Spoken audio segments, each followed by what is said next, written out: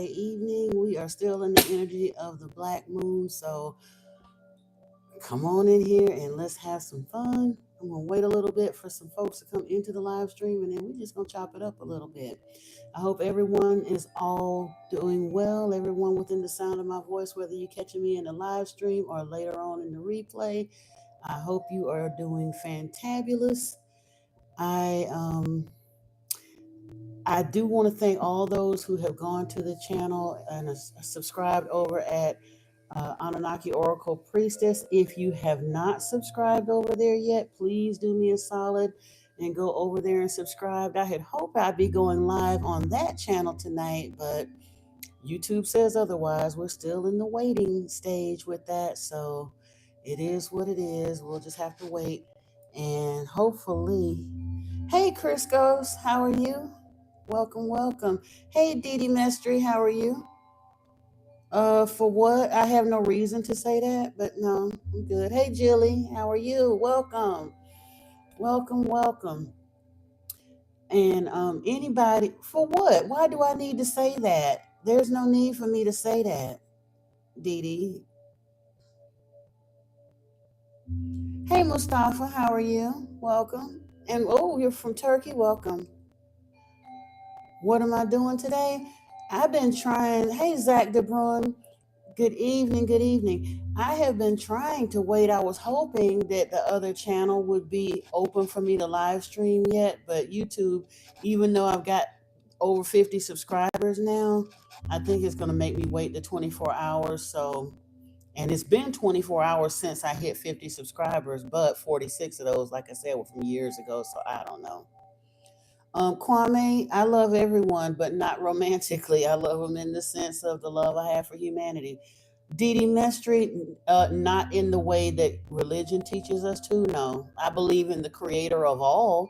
There is intelligent design in the universe, but the lie that we were told, excuse me, in the Bible, the Quran, and the Torah, no, I do not believe in God in that way, because that is a lie that's been perpetrated to humanity. Yahweh, Allah, Jehovah is not the God of the universe. He is a storm god that the Jews chose to start following, and he has lied and manipulated his way into telling people that he is the God of all, but he never has been, never will be. Yeshua told people that he was a liar, he was a father of the lie, and that he's the devil. And the Jews didn't want to believe Yeshua, and they unalived him for that. But yeah, he really, Yahweh is not what people think he is. Hey, Mustafa, and thank you so much. I appreciate that. My mama used to tell me pretty is as pretty does. So hopefully, I have been behaving myself for sure. Junior Nagesta or Nagetsa, whatever, Ngetsa. Yeshua is one of my main guides. But again, his place in history and in my heart have very little to do with his place in the Bible, because he was placed there as a lie. Dee, technically, yes, I'm not legally married in the legal system of things, but I do have a partner in my life. He currently lives in another country, and we're working towards coming together, but I'm not single. I have adult children now. I had to let go of the folks to help me create those children, but yeah.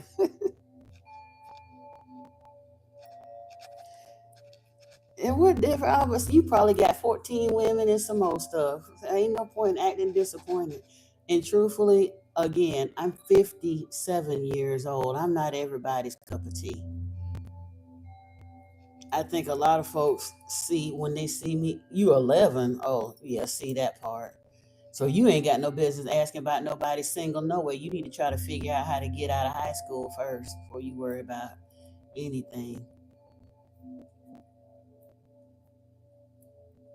Please don't spam the comments like that, though. I can't encourage that in here, because at some point my mods are going to come in.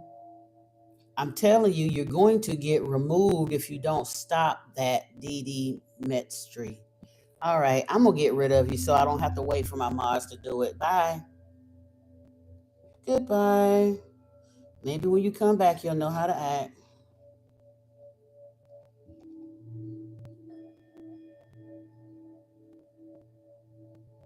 I did. Whoever, I think it was a dude because he was the one that wanted me to say something about somebody, boy, or something. I don't know what that was about, but we don't have time for children or adults to behave in childlike, silly manner. So, how's everybody else doing?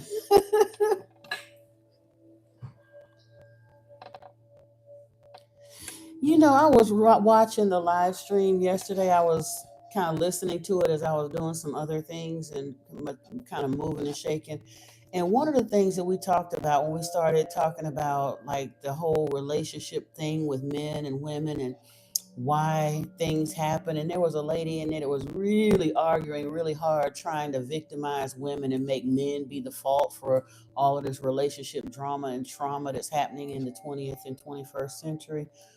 And in part of the conversation, of course, I was like, I'm not having that. I've walked in those shoes, and while some really not nice guys did some really not nice things to me, ultimately, I had to take accountability for how those guys were allowed into my life and into my bed in the first place. Hands down, women have to start taking accountability for that. And I had mentioned the fact that from a law of attraction standpoint, you don't attract what you pray for, you attract what you're a vibrational match to. And a lot of people don't understand when they start hooking up with people from a low vibrational, low energy bandwidth, that they become low hanging fruit for some really nasty, energetic characters out there, especially if they're imbalanced empaths. Them sociopaths and narcissists see you a mile away and they run to you like nobody's business. But one of the things that I did not mention in that stream, and I wanted to mention to it now because she started talking about how women are abused in relationships. And even before, I was saying part of the issue that caused such a rift was women's behavior got really, really wanton after the feminist movement and birth control came in kind of in tandem with each other. And she was talking about how older women had behaved that way and relationships were bad before and all of that. And women stayed in relationships that they were miserable in, and the outside kids came in. And I was like, I get that part. And personally, I think anybody that sticks around in a relationship where they're being physically harmed or being disrespected by having babies piled up on top of them and all of that, that's foolish to stay in that anyway. But culturally back then, people did that because they didn't have birth control, so a lot of them would be out there, women allowing dudes to talk them into their beds and that whole in love with bad boy things, and they get pregnant and they were forced to get married and they stayed married whether they were miserable or not. And one of the things that I didn't mention that I meant to mention that people overlook, a large part of the reason for that is because religion has placed that kind of obligation on people, that death do till death do us part nonsense that caused a whole lot of people to adolescent children or those just coming on the other side of adolescence when they first grow up during that 40s, 50s, 30s, 40s, 50s, 60s, people marrying a whole lot younger, which means they really didn't have the proper discernment. And women in that young age are stuck in their bad boy era, so they really aren't using proper discernment. What they're attracted to in a marriage partner is not the thing that's going to get them the long distance. They're looking at he's pretty, so they're marrying guys that aren't going to treat them well and not necessarily go to distance, but because the social mores of the age tell you you got to go to distance, they wind up stuck in relationships where they're being physically harmed and disrespected and cheated on, and sometimes physically, all of that. But that ain't, you can't blame men for that per se. You have to turn around. What I got on my eyebrow is an eyebrow ring. I'm not embarrassed, but thank you. Hey, hey, Sage. How are you, my love? And I am so glad you're here. Do you know you have a reading? I tried to email it to you, but you never gave me an email address. I've had a reading parked on my channel in the unlisted readings for almost 2 weeks now, or well over a week. So please, Sage, right now, before you do anything else, can you please email me at modernmysticmessages@gmail.com so I have an email address that I can send your reading to as soon as this live stream is over. Please do that for me. Hey, Abdul Aziz, how are you?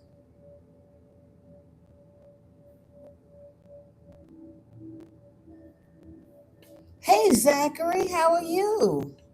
Ain't nothing, bro. Ain't nothing. I'm just sitting here. Like I said, I was reflecting from yesterday. We were talking about relationships and all kind of stuff yesterday, but I didn't even think about till after I was listening to the replay how a lot of that stuff. Yeah, I mean, the feminist movement and birth control are responsible for a lot of the misogyny and the toxic masculinity that females are carrying right now. But they were looking back before that time. A lot of that stuff with those miserable relationships was caused by people sticking around in miserable relationships because they felt religiously obligated to. What? I'm not saying no clock it. First off, Danny, you can lower your tone with me. You know what good and well what it is. It's called a bendy. And if you're gonna be that ignorant that you don't know what a bendy is and you're gonna come in and talk to a stranger that way, I promise you my mods will remove you real quick. They don't put up with a lot of foolishness. This is their channel too. I don't give them any particular guidelines, but their tolerance for bullshit is real low on this channel. So I'm just be warned. You can go back and watch the replay, Zachary. It was a good discussion though. Abdul Aziz, just this is first time in here, Danny, and he already ain't liking your tone. You might want to check yourself, bro. I'm trying to tell you. I have not given any particular guidelines, but we have fun here. We don't mind joking a little bit here, but all that random brain dead crap clap trap that a lot of people jump into live streams and bring, it's not tolerated here. We don't bring foolishness up in this room. We just don't. Hey Caleb, how are you? Happy Saturday to you too, my love. It's good to have you up in here. Danny, I don't have to check myself because I know what I'm doing. First off, Lord Shiva is one of my main guides, so it's highly appropriate for me to wear a bindi. And over the years, when I first started wearing salwar kameez and Punjabi suits and things like that, I've talked to multiple Indian people, and none of them were offended by me wearing Indian garments or in none of that. Okay, the Indian men that I've dated never minded it. So you can't come in here as a stranger and tell me I'm inappropriate for wearing what I choose to wear. Being is how you not buying none of my clothes, you know? Hey Weston, how are you, darling? Good to have you in here. Hey Robin. Hey Tyro. I don't know what you said, but I'm glad you took it back. Yep.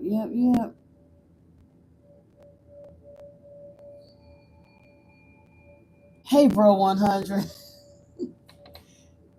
No, but you first thing you came in when you first started speaking, you said WTF is that on my forehead. That ain't the way you talk to nobody, man. You grown, don't you know? We don't do that.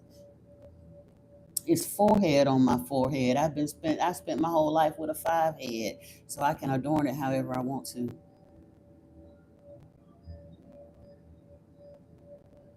Hey Nicole. Welcome.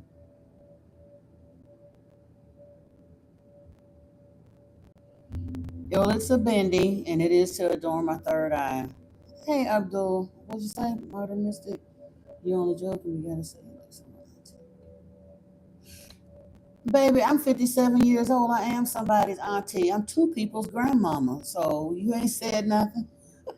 I would look a little foolish trying to sit here and look 20. That ship has sailed for me at best. On a good day, I might look 35. But even then, as a 57-year-old grandmother, you will never see me here on a live stream with my boobs hanging out, trying to look like a teenager or trying to bait men with my body. That's not my calling. I'm here for a spiritual purpose, so I dress like it. So I don't mind looking like I just walked out of church. This is the way I prefer to dress.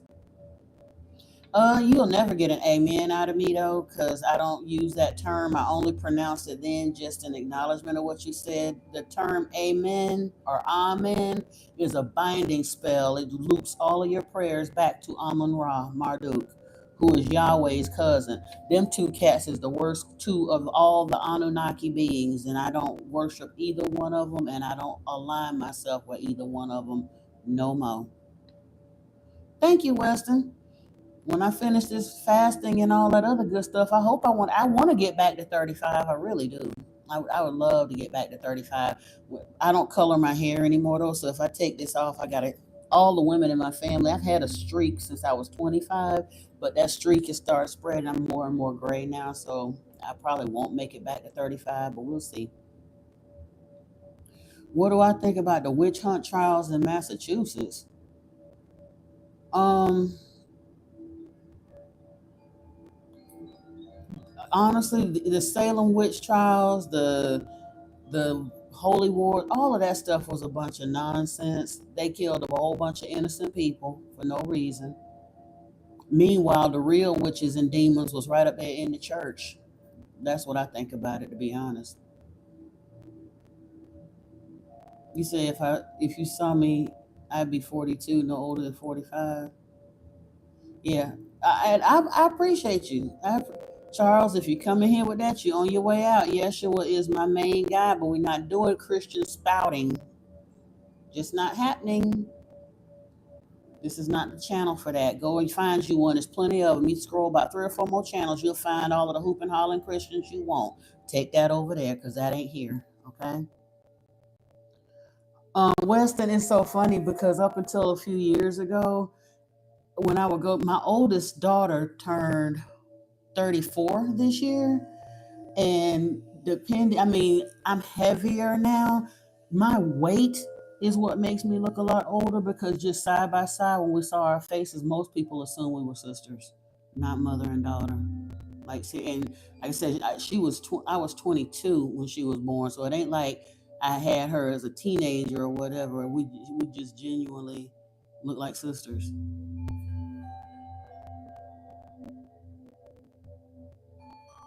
Hey, Natasha, how are you?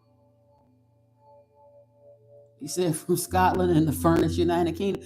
You know what? I hear people online talk about how hot the United Kingdom is, sweetheart. You ain't seen nothing till you come to Florida or get down here in Texas in the humidity. When you're dealing with 110% humidity and the temperature is like 99 or 105, y'all don't really understand real heat in the United Kingdom. I'm so sorry to tell you. And then there's that little place called Africa over there. They could beat us all out every day. You said white people age like milk. Honey, let me tell you something. All black folk don't age the same, though. I've seen some that look kind of. Oh, exactly. Oh, thank you so much, Sage. Yay, because I've been feeling so bad about that. Yours and headlines. I've been wanting to get your readings to you. So it's like I said, as soon as the live stream is over, I will email it to you. Bro, 100. When I be sitting here like doom scrolling, early morning you get what, like a whole bunch of foreign channels cooking food and all that stuff, and then you get up into them weird, like I said, the prayer meetings and the black Israelites and the Christian apologists and all the rest of that, and then the weird people is doing just crazy stuff like just writing names on a piece of paper and all that. But at any given point, damn near any time of day, if you want to go and find yourself a good hoop and holler prayer meeting, if you scroll long enough in the live stream section, you will find it. Exactly, Weston. But they swear up and down, they over there just dying. It's just boiling hot. And I'm like, girl, please. Yeah, absolutely. Thank you, Sage. If you would like to donate to the channel, it would be much appreciated. And my link is on the front page of the channel. You can just tap it. It'll take you right to it. But it is buymeacoffee.com/modern mystic messages. That's also the place if you wish to arrange a free, not a free, no, if you wish to arrange a private reading, you can do that as well. Also, if you have not yet done so, if you will please go over to Anunnaki Oracle Priestess. That's my other channel. You can find the icon for that at the bottom of the homepage on this channel and subscribe there. I will be migrating the tarot stuff. Oh, well, the readings that we've had will stay on this channel, what we've had so far. But moving forward, most of the tarot content that I do will be on Anunnaki Oracle Priestess. Hey, Solar, you are a Hayoka, so am I. Yeah, I'm a pure, like an INFJ Hayoka. No, Zachary, I'm actually not in the Hindu path. I'm on the Anunnaki path, but Shiva is Enki, but in a different pantheon. Enki, like in the Egyptian pantheon, Enki is Ptah. In the Greek pantheon, I think he's Poseidon, whatnot. But Yeshua basically took me all the way back to the big. All you got to do is scroll. If I'm interrupting your sleep, gravity, you can just leave. That's all. Solar, you're going to find that either as a Hayoka, people will either love you or they'll hate you, and most of them will eventually hate you because a Hayoka is a true soul mirror. You can't help it. Eventually, they're going to bring you their stuff. They're going to trauma dump. They're going to talk to you. And eventually, if they talk to you long enough, they're going to want your armchair psychology, and you're going to hold up the truth of their bullshit to their face. And most of them are not prepared. Hey, it's not even trying to be mean. It's genuinely offering them assistance, but they're not ready for your truth. Trust me, I'm alone in this world for that very reason. You said you who put in the needle for your blood donation had an Egyptian eye tattoo. You told her about your channel. She might. I hope she would. You said you got O negative. Oh, ooh, you do. Wow. You got golden blood. Awesome. Exactly. I don't care where you go, Solar. It's worse than being a bartender. Everybody's going to tell you their business. I've even had New Yorkers walk up to me in the grocery store and start conversations. That never happens. New Yorkers barely want to talk to anybody. Everywhere, every time I go outside of this house, I wind up in some kind of a conversation with somebody. But yeah. Hey, Dylan. How are you? Hey, Jimmy Armstrong. Welcome. Oh, gravity was hidden. Andrew Stone. I'm not sure what you're talking about, but if we were talking about Lord Enki, you can call him a false god if you want, but guess what? Yahweh is his brother. So if Enki is a false god, Yahweh is an even bigger false god because Yahweh been lying to people and telling people he the Alpha and the Omega. Enki been told people he wasn't God. Yahweh is the one that stick to the lie. So, but know what you're talking about before you come in here, bro. But Enki is our prime progenitor. He was the primary geneticist on the Adamu project. Enlil ain't have a nickel in that quarter on that project in Genesis 2, where it says, "Let us make man in our image." That was Enki, Ninmah, and Thoth. You said you in Pittsburgh, Mississippi. Thank you for the live show. Okay, well, cool. Oh, in Pittsburgh, Mississippi. Okay, okay, awesome. I'm glad. Hey, I love hearing where everybody's from. That's beautiful. You said you were wearing a keffiyeh. a kafaya at Harbor Freight? An elderly African woman thought you worked there? Oh, cool. And honestly, sometimes if it's easier to just go on and help somebody than it is to explain the difference, I don't blame you. I do the same thing sometimes.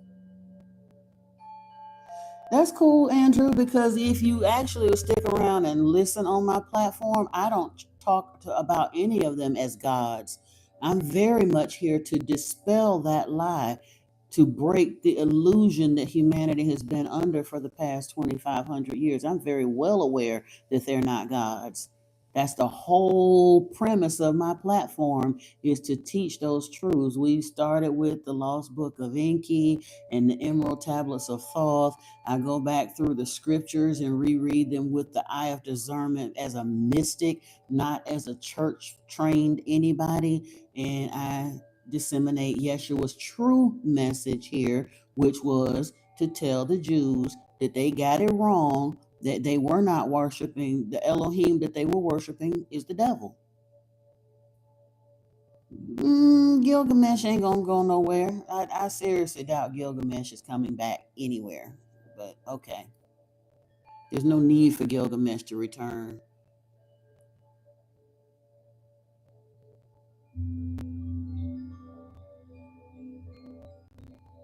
Yeah, I understand. Yeah. There's a lot of Vietnam vets that have issues. I dated one for a little while, and one of the first things he had told me was about like the issue, like if anything, if like he used to still like wake up sometimes running. He had PTSD rather badly. Yeah, rather badly. He was alert and did like 3 tours over there. He had his knees shot out, gut shot, some everything. Well, Andrew, the reason of some of the prophecies that are there, because you have to understand something.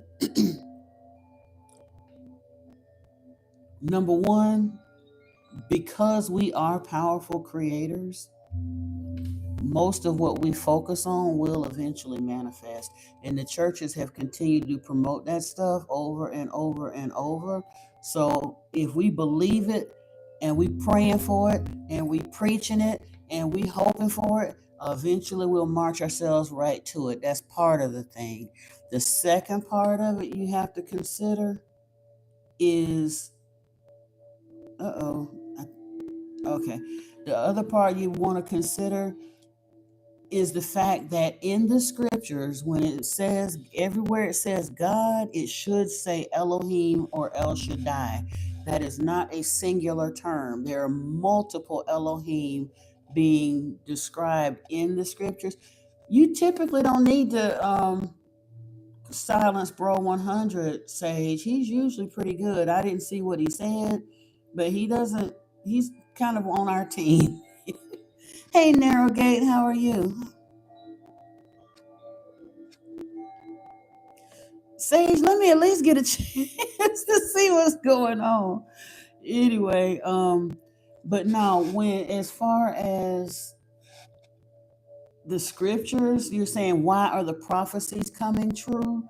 Because there's more than one Elohim that was talking about. So for example, if we look at the prophecy or the vision of Revelation, it tells us that Satan, the dragon, the devil, the manslayer is going to be destroyed. But in Revelation 22, it tells you that another Elohim is going to come. Okay? So if you consider, again, go back, you kind of turn your brain off from what you think you know based on what Christianity said, and go back and look at it from a standpoint of what the scriptures say, in the light of the fact that there's two basic Elohim brothers that were being talked about in the scriptures. And that being the case, we know Yeshua was not on team Yahweh. He explicitly told the Jews that Yahweh was the devil, that the father that sent him was not the Elohim that they were worshiping. So if his father was the other Elohim and he was sent by that Elohim, then he was told specifically to do certain things that would fulfill certain prophecies that they had outlined, because the Elohim did connect and give certain specific information to certain ones throughout time. Look at Noah's relationship with Enki. Ziazudra, Noah was Enki's biological son with a woman. That's why he was given the dimensions for the ark, to preserve him and his family. Enki did not want his son to perish when Yahweh, Enlil, was trying to have all humans drown on the earth. If you go to the book of Enoch, which we're in the process of covering on the channel now, certain angels or messengers work with Lord Enki. Others of them align more with the Watchers and Lord Enlil. Michael, Raphael, Uriel, Gabriel, and I think Faniel work very much with Enki. So you just have to understand, and because of that, they can line up certain things and certain events and all of that, so that prophecies will be fulfilled. They leaving clues for those who are wise enough to see them as to what's happening on the planet, so we're not completely lost. They're actually here to help us, but it doesn't mean what Christianity has told us it means. We just have to understand what we're looking at. I'm doing very well, Narrowgate. Hey, Jigahoo, welcome in, welcome in. Hey, Robert, how are you? Thank you. I'm glad you like the purple. No, Jesus also said he was not God, so I don't have to think that Jesus isn't God. Jesus said he was not God. And in the other respect, though, he also said, did I not tell ye are gods? Powerful ones. The word God does not mean invisible sky daddy. The word God, as it was supposed to be originally translated from the ancient Hebrew, the word Elohim means powerful ones. And in the scriptures, it's referring to the Anunnaki, those who to earth from heaven came. And heaven, in the case of the Anunnaki, is planet Nibiru, not Sky Daddy land. An actual planet with actual beings, not native to Earth, but guess what? Very much compatible with us, because we do have their DNA running through us. If we didn't have Anunnaki DNA in us, we'd still be somewhere hanging off of trees, living in caves or whatever. When they got to this planet, they was looking at Australopithecus. They were not looking at Homo anything. They shortened the evolutionary timeline by genetically modifying a hominid that they found here with their DNA to create Homo sapiens sapiens.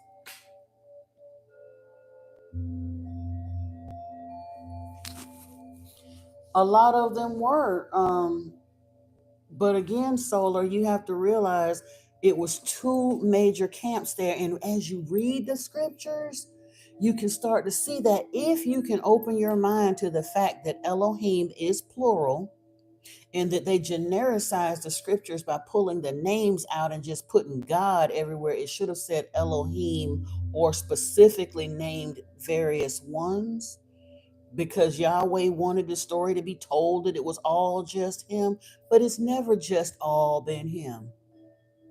If you go back to the Lost Book, you got Enki and Ninmah and Thoth and Enlil came here together. And when they came here, they brought 50 workers with them. So it was 54 of them from day one when they got here. Now, the 50 that they brought were not putting themselves out there as gods. They would be the workers, the watchers, the angels, messengers. They're lieutenants, they're workers. But then later on, when they started the Adamu project, there were the seven sisters. I forgot their names, but they weren't physically sisters, but there were 7 women who came from Nibiru, and they were of royal blood, many of them, who decided to come here to help breed these human babies they was trying to make. Enki's wife, Damkina, came. She bore Eve. Isis carried the Adamu in her womb, and Damkina carried Eve in her womb. That's two goddesses right there. Enlil's wife, Ninlil, when she got over the fact that he had violated her and agreed to marry him anyway, instead of him being exiled for violating her, he married Ninlil and she came to earth. So she was there. Then Damuzi was there. And it was a whole bunch of different beings that, as the Adamu project took off, they were later deified at Enlil's demand, his insistence that we were to be told that they were gods. But they had Nanar and Ninurta and Marduk and Dumuzi and like multiple Anunnaki beings that were worshipped as gods. Hey Valerie, welcome, welcome. And honestly, JT, but Lucifer Morningstar isn't even what people think he is. We've been told that Lucifer is the devil. That's a deliberate mistranslation of a mistranslation. The term, the Lucifer means light bringer, and the reference to the morning star is a reference to his Venusian heritage. Yeshua is referred to as the morning star at the last page of Revelation also. It doesn't mean what Christianity lied to us and told us it meant. And Lord Enki is a light bringer. Yahweh tried to paint him as a devil, but the actual devil, Satan, is Enlil, Yahweh. His actual title was Satan of the Eden when they first got here. He was Lord of the Command. He is a warrior, but his title in Eden was Satan of the Eden. That was Yahweh, not Enki.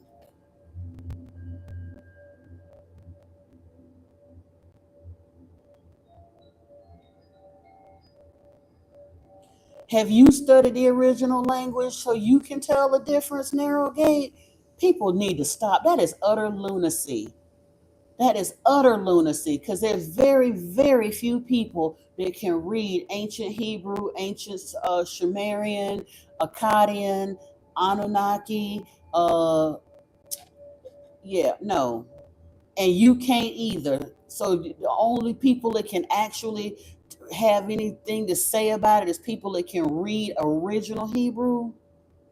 And Hebrew ain't nowhere near the original language. The Hebrews, the Semitic languages, Akkadian is the first Semitic language, but it took over 4,000 or 5,000 years for them to get to what we consider ancient Hebrew, the Hebrew that the Bible was written. The Bible is a very young text, and it is an amalgamation of a lot of older texts. The original text was written in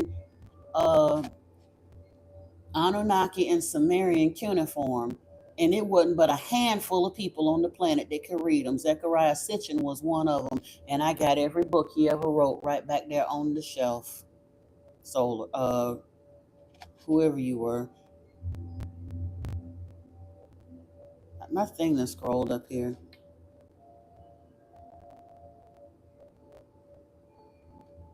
And why would you want to give Hebrew a shot? Because this stuff is in your DNA. You know what that's going to have you doing? Stuck back worshiping the devil. Why do people think that just because Abraham chose to worship Yahweh and Moses chose to worship Yahweh, that it must be the truth?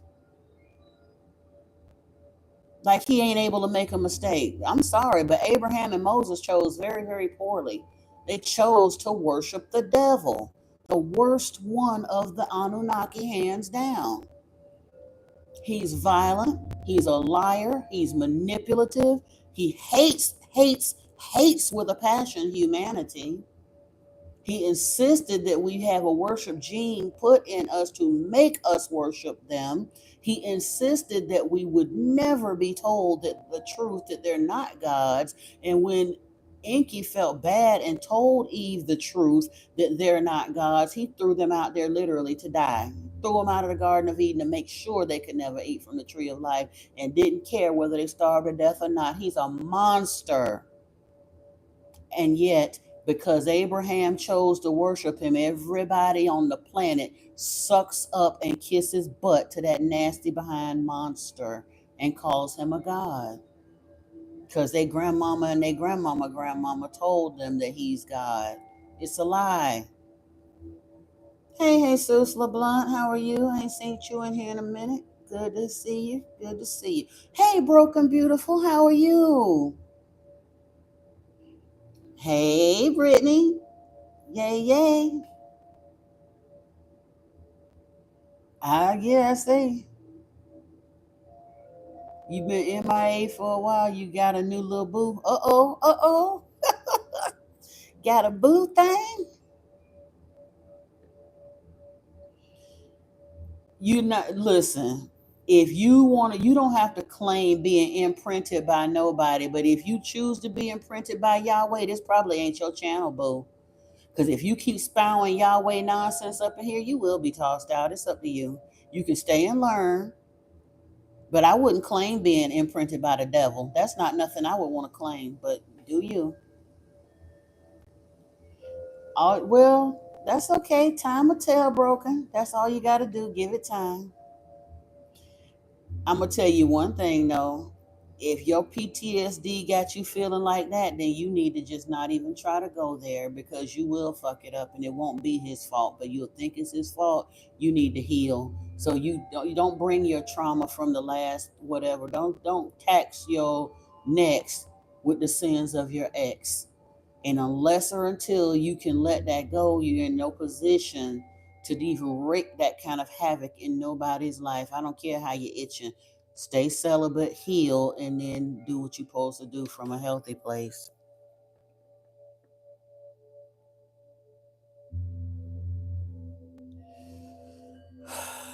You play around with that if you want to, Solar. Again, whatever. Do you? I didn't cause the question, and I answered the question. God, the creator of all, according to Lord Enki in the Lost Book, is the person who actually put this physical planet here, and the terraforming and the bioforming, the basic terraforming and bioforming and all that was done by the creator of all. That's all they ever called it. Them. It doesn't have a name. She, he, whatever, doesn't have a name that he cared to share with humanity or even with the Anunnaki. They found this planet already bioformed and terraformed. And when they got desperate and decided to hybridize the life form here. And once they began to cultivate this and to civilize us and bring agriculture and astronomy and all those good things, when they got aggravated and Enlil wanted to demand to allow us to drown in the flood that they knew was coming, the creator of all sent his messenger Galzu and said, ain't nobody tell you to mess with my creation, but since you done did this thing, they're to remain here. They are to be preserved. And that's as far as the creator of all has chosen to weigh in on this.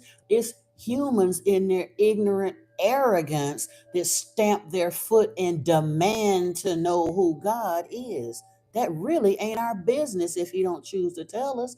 But we don't have to accept the lie that Yahweh is God just because Yahweh said he was. Sorry.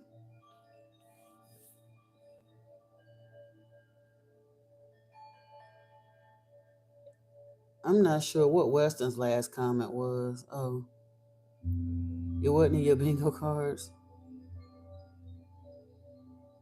I don't know what that means either. So yeah. Uh-oh. Let me see here.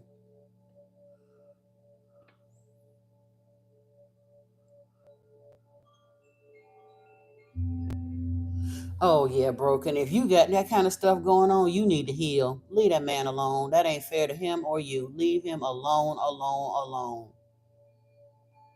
Stop. You got way too much trauma to try to have a relationship with anybody. Hey, Yin Ching.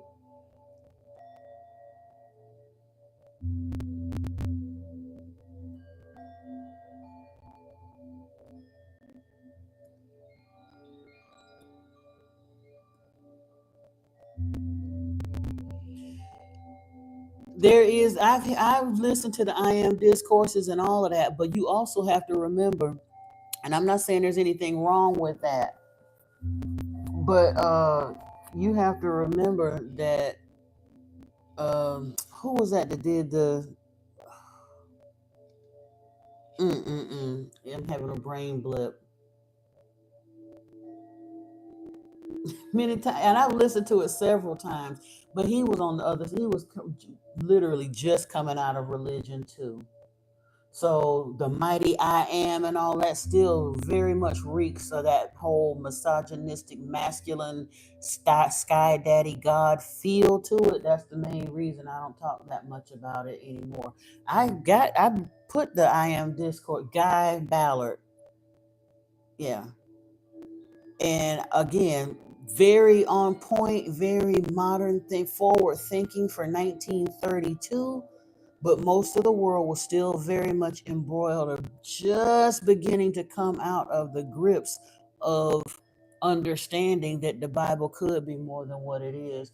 And that whole I am thinking goes still very much reeks of Yahwehistic Sky Daddy.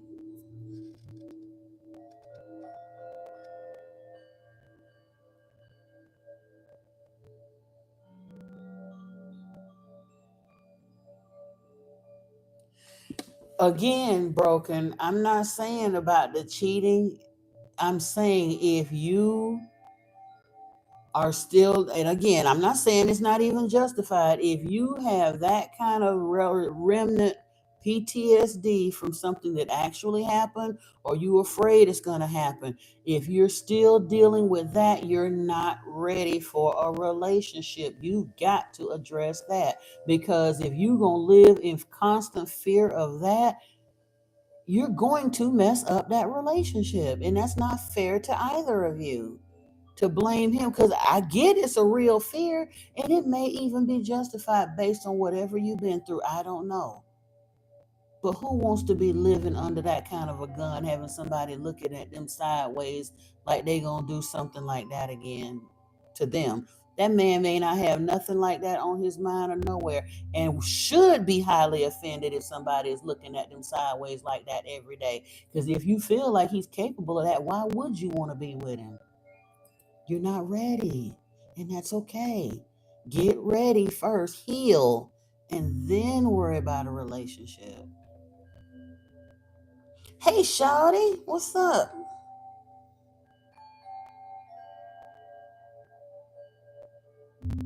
Hey, Aaron, welcome, welcome.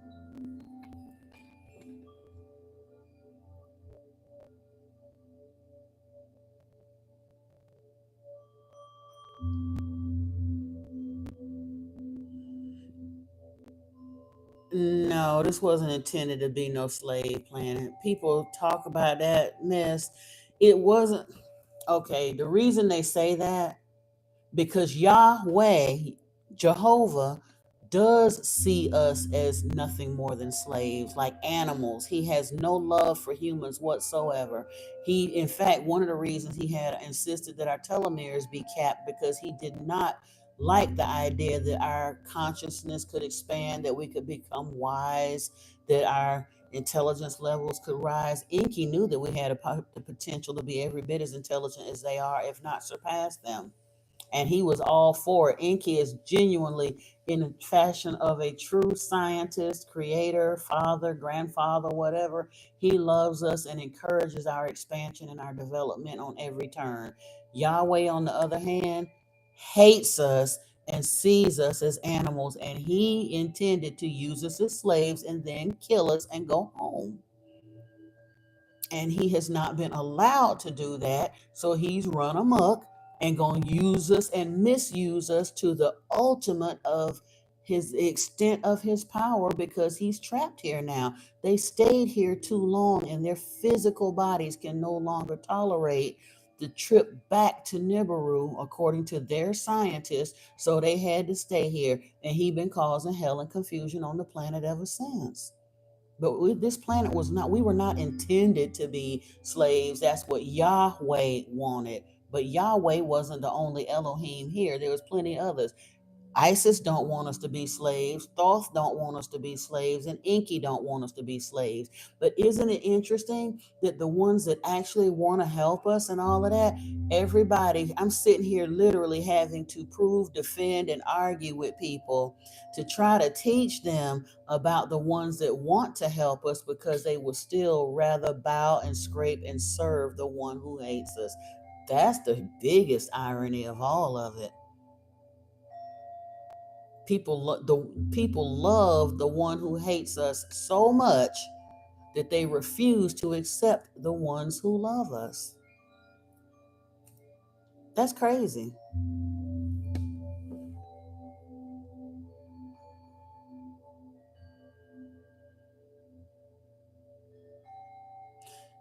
Jigahoo, there wasn't nothing before the Anunnaki.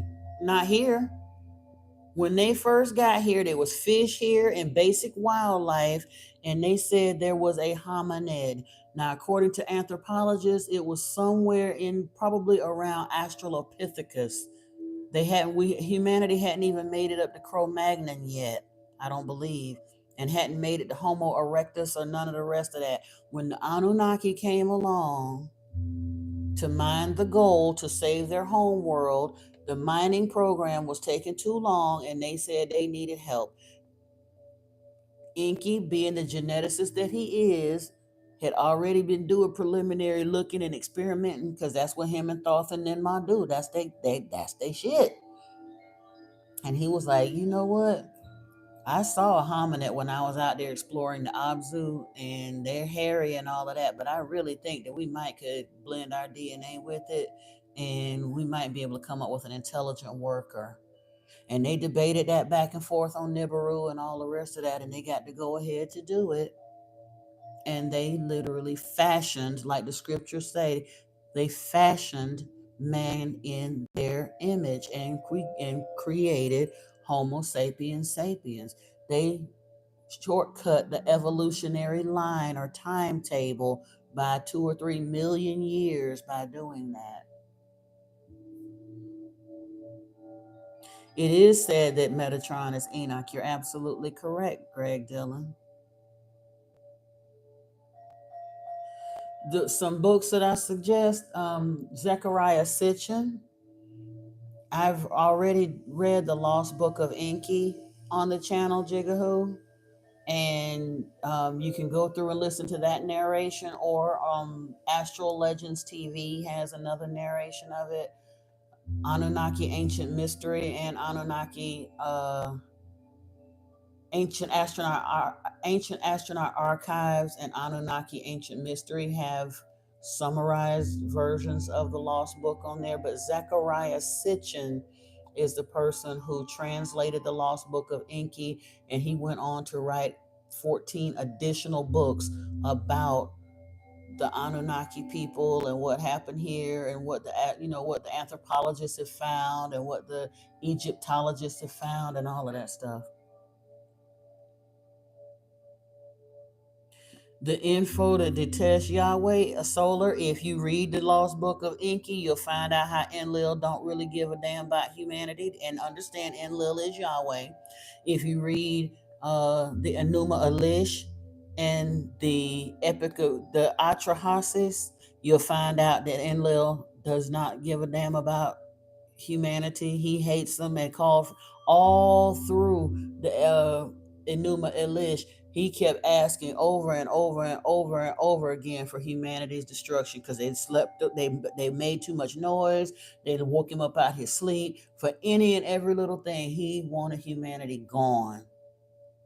Enlil has never loved humans, period.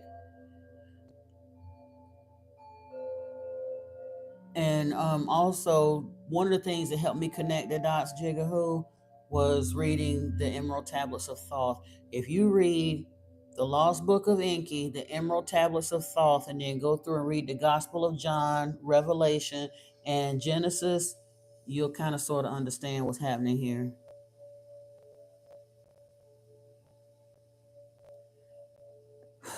Isaac, you hear us talking about the Anunnaki. That's my primary platform. I am clairaudiently linked with Yeshua, who has given me a point of view to go back and look through.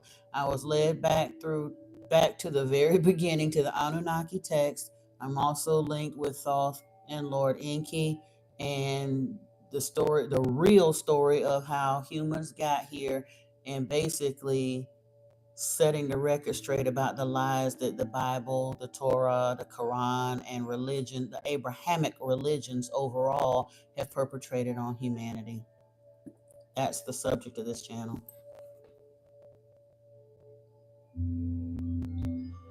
Aaron Byrne, no, I'm not going there. Tomorrow, when I get an opportunity to go live stream, if you go and subscribe to Anunnaki Oracle Priestess, that's my other channel. And once I'm able to live stream over there, I intend to do 2, perhaps 3 days of free mini readings as a thank you for opening that up on that channel.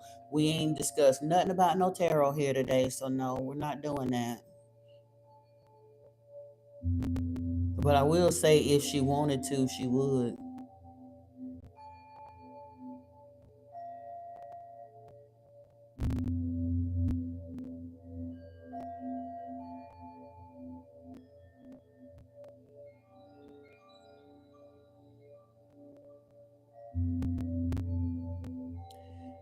You ain't even read what you said, Solar. Yahweh expanded your empathetic gifts, so you say it was Yahweh, but okay. You could see evil and discern when you call on him. You thought you was going crazy, then he stopped it so you can relax. If you seeing evil when you called on Yahweh, that should have told you something right there. You ain't even listening to what you just said out your own words. But keep messing with Yahweh if you choose to. I can't tell you. Aaron, you sound like you drunk right now. So guess what? You don't need to be in love with a bartender. You need to be in love with an alcohol counselor. No, Yahweh is not the one true God. And if you want to stay kept in that kind of ignorance, you're welcome to stay here quietly and listen, but you won't keep spewing that here, Benjamin. If you was listening to anything that I've said in the last hour whatsoever, you should know that Yahweh is not the one true God. And if you insist on continuing to believe that, go find yourself a little Christian group or whatever, a different live stream to hang out on.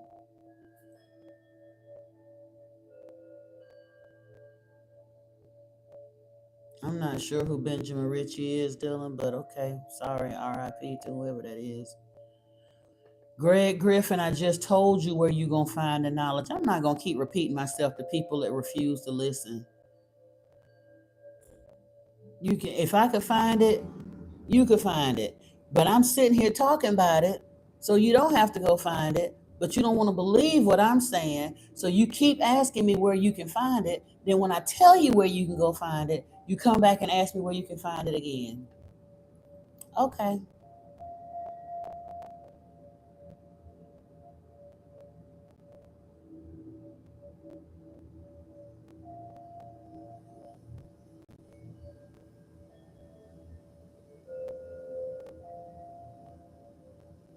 I'm not sure what happened to the Incans. Who knows? Who knows? They probably left when Thoth kind of left the area. It was time for them to go too. If you notice, they don't find no bones there. He might have took some of them back up with him, but he might have relocated them to Africa. Who knows? And quite honestly, since Thoth was so in love with the children of Kim, I wouldn't be surprised if the Incans and the Mayans aren't the current day Egyptians.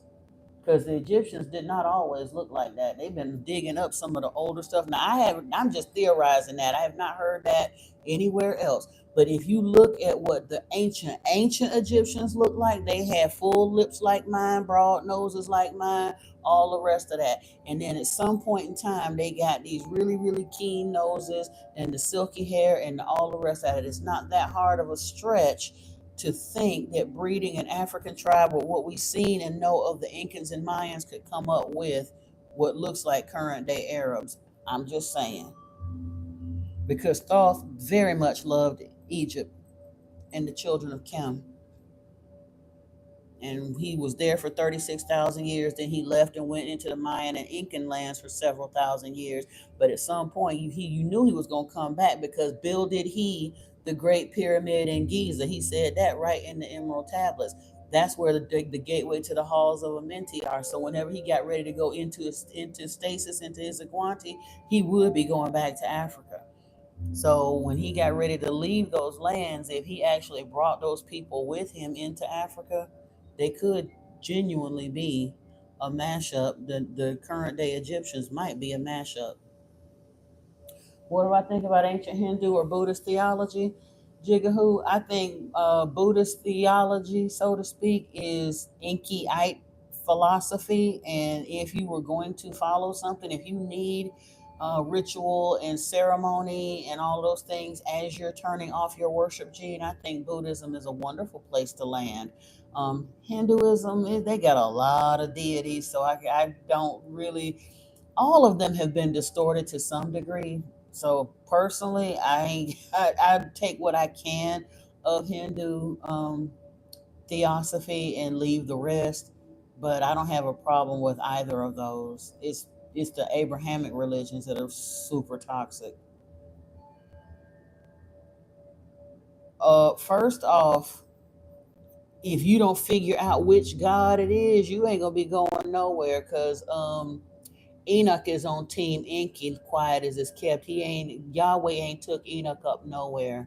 But until you figure that out, you're gonna be kind of land bound. But okay.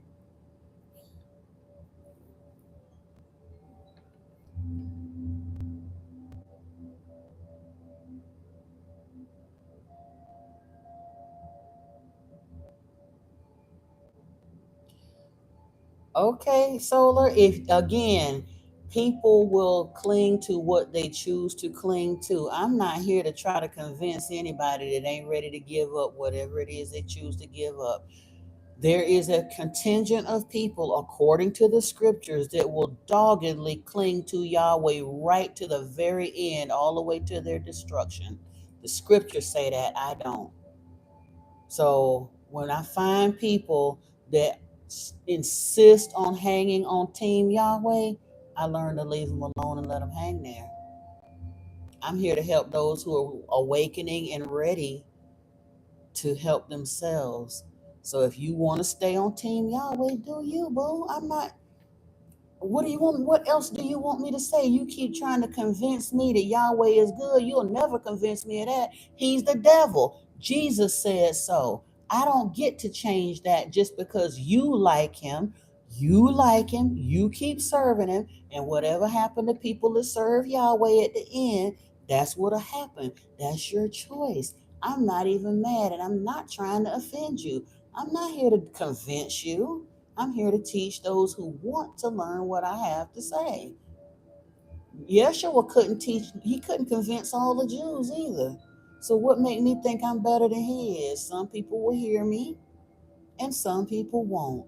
Most of the Jews did not hear him. Even the ones that called themselves loving him didn't understand what he was saying. And just as soon as the Romans killed him, they continued just because the Romans waved him like a mascot over this new version of Yahweh worship. They literally followed the lie right down into Yahweh worship. So they loved Yeshua, and they got tricked into Yahweh worship based on a duplicitous lie that made it look like Yeshua was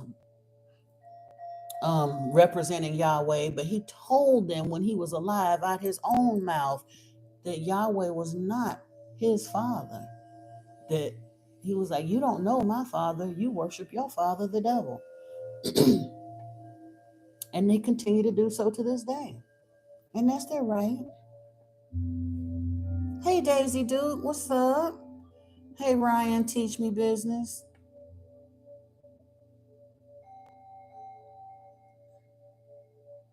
No, and I'm not even trying, because again, now you splitting hairs as far as Christian dogma and doctrine, Ryan, and I'm way not going there. One is the physical man who is in the world, and Jacob is the spiritual man who lived by the spirit. That's some Christian bullshit. I'm gonna tell you that right now. And I didn't go there. Oh, okay, Brittany. I'm sorry then, Greg, if I got you wrong. Yeah.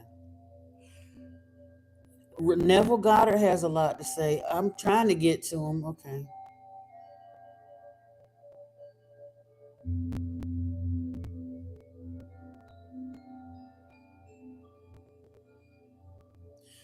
Um, yeah, I think that's why they chopped a lot of the noses off of them too.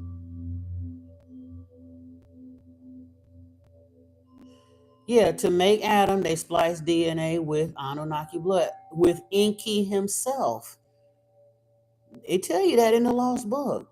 They kept experimenting, and trying to figure out what was going on. And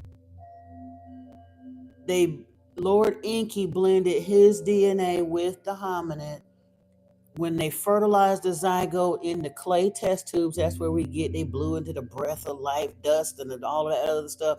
They were using crystal petri dishes from their home planet, and they were not able to fertilize the zygote. So Ninmah got the idea to make they were like, this is a carbon-based life form. They decided to use clay vessels, made clay vessels from the clay of Earth, and they were able to get the zygote to germinate, and then it was inserted in her womb, and she carried the Adamu in her own womb. That was Isis. Enki's wife, Damkina, carried Eve. And then when Adam and Eve were born, they were sterile. And Thoth, his son, had been working on the project, trying to figure it out. And it said at first he didn't even, Enki and Isis didn't even know what was going on. But he said, I know how to fix it. He pushed everybody else out of the lab. He put Adam and Eve and Enki and Isis to sleep, and then took DNA out of Enki's rib, or took Enki's DNA and inserted it in Adam's side. That's where we get the story of the rib. And took Isis's DNA and inserted it in Eve's side. And whatever it was that he did with that additional bolus, if you will, of their DNA, it made Adam and Eve fertile, and they became the first breedable human pair.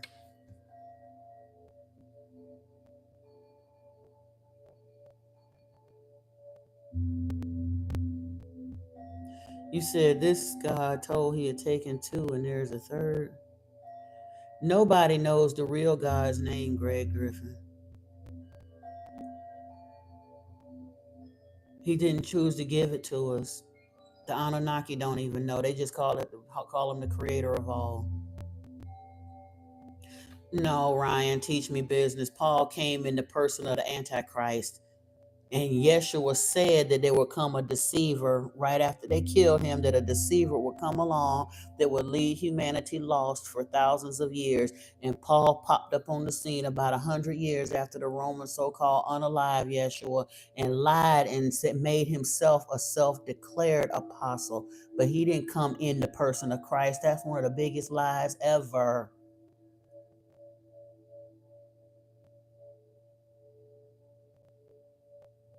John 8, yeah, is what they said. The I am that I am, all natural grinding. That's the duplicity of Yahweh right there. They said, well, who do we say is coming? Yahweh, basically, his name is I am whatever I said it is. So he didn't even tell them. He didn't. At first, he did not give them the name Yahweh. At first, he said, you go tell them I am whoever I say I am. That's some nonsense. You want people to literally put their life on the line and follow you and only you, and make all of these rules and all of that. And you come at them with some arrogant nonsense. Don't worry about who I am. Just follow me.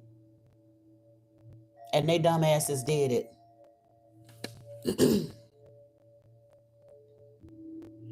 It's, I said it was BS because that is, again, you got to know the Bible, real Bible history, or real history of the time, and who that Paul cat was, and then pay attention to what was actually said in the New Testament. The vast majority of the New Testament is basically telling the followers of Yeshua that they ain't shit, that they're going to be ready to do something new here, and it was installing Yahwism. They basically, that was the point where they were getting away from calling Yahweh Yahweh. And they're going to now move forward with Yahweh worship, but they're installing it as under the name Jehovah. And even still, if you are going to serve Yahweh, what people need to understand, Paul didn't have the authority to tell the Christians that some of the stuff that he told them they no longer had to do. Yahweh told the Israelites that they were supposed to keep the Passover forever. And anybody who wanted to become a spiritual Israelite could do so, but they had to follow the same rules as the blood Israelites. So for Paul to come along and tell them that Yeshua did away with their need to follow the Passover, he was setting them all up for failure in the first place. Yahweh is a very exacting, demanding God, and he told them that they are to keep his laws unto him holy. That's part of the 10 Commandments, and Yeshua could not absolve the 10 Commandments with his death. He only supposedly could cancel out the majority of the Mosaic law, but not the 10 Commandments. And keeping the Sabbath, all of the Sabbaths, and all of all of Yahweh's holy days is part of the 10 Commandments. So Paul, in his arrogance, literally set all Christians up for serious failure by being bold enough to tell them that they don't have to follow the Jews' laws anymore.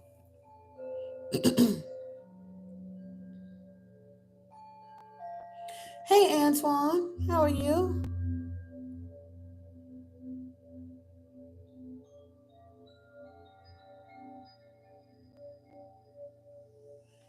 You said, why would he save us if he intended us to be destroyed? He didn't save us, Greg.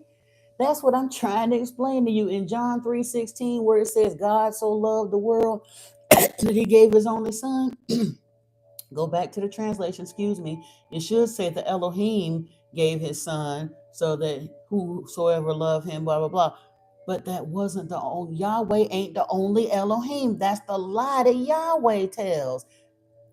Enki is an Elohim too. And his son is Thoth, and one of his other sons is Yeshua. Enki gave his son Yeshua to the world, taught him what to do when he left Jerusalem at the age of 12. Christians don't know what he was doing and all of that. He went back into his father's house, into the east, where the Enkiite philosophies, Buddhism, Jainism, Hinduism, all of that is taught.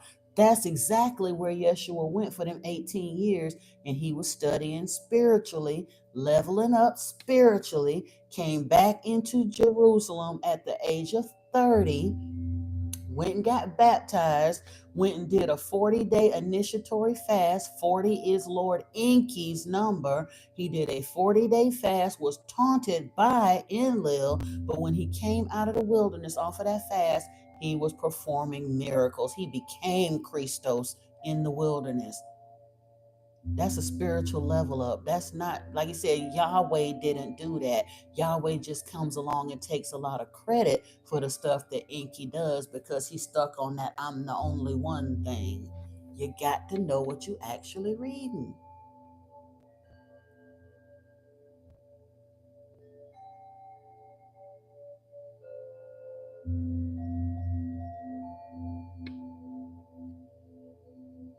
What made them breedable? Bonjour, la mère.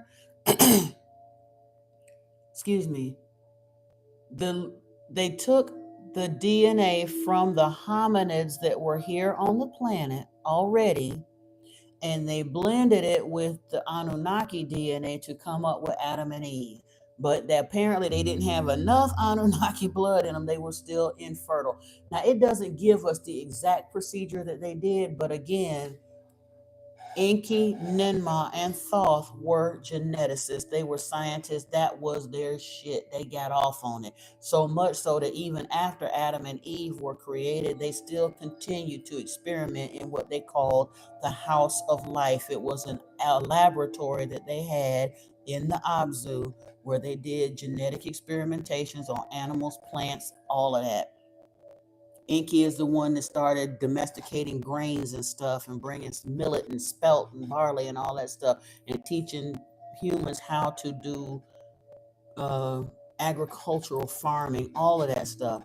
So when Adam and Eve were found to be sterile, Thoth put all four of them asleep and did another DNA transfer, like a bolus or a booster, if you will, to give Adam more of Enki's DNA and to give Eve more of Isis's DNA. And once they did that, Adam and Eve then became fertile.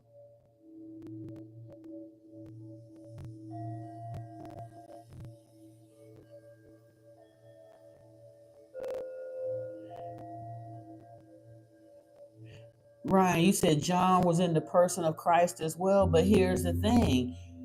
If you go back and read in the Gospel of, I think it's in the beginning of Matthew, and it talks about what happened, how John came about. John was most likely a hybrid as well.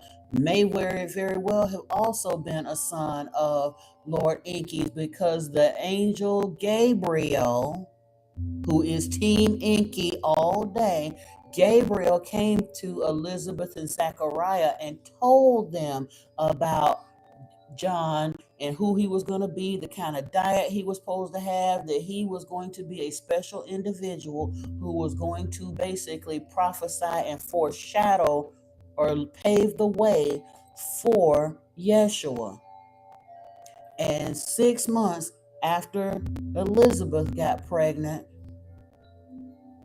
Gabriel came back to Mary and Joseph and told them the same thing. Don't worry, she's going to get pregnant. This is not your baby, Zechariah. This is not your baby, Joseph. But don't worry, she didn't go cheat with Hiram down the road. This is God's baby. It's in Matthew. Go read it. First chapter 2 of Matthew. But the primary geneticist who created Adam and Eve think they couldn't do another artificial insemination on a human when he done sent his messenger Gabriel to tell them that's what's going to happen? The church give you that immaculate conception lie because it's easier to explain that to people 3,000 years ago than we're going to take them in the laboratory and extract this egg and extract that thing, and then we're going to do a genetic splicing and we're going to do an artificial insemination or an in vitro fertilization and then an artificial insemination. Rather than to put that in the scriptures, they sitting there telling this immaculate conception story, but those were high level geneticists. So yeah, it's very likely that John was also a son of Lord Enki. He was his cousin if he wasn't. However it go, John and Yeshua were cousins. Yes, Paul was evil, hypnotic industries. In my opinion, he's the Antichrist.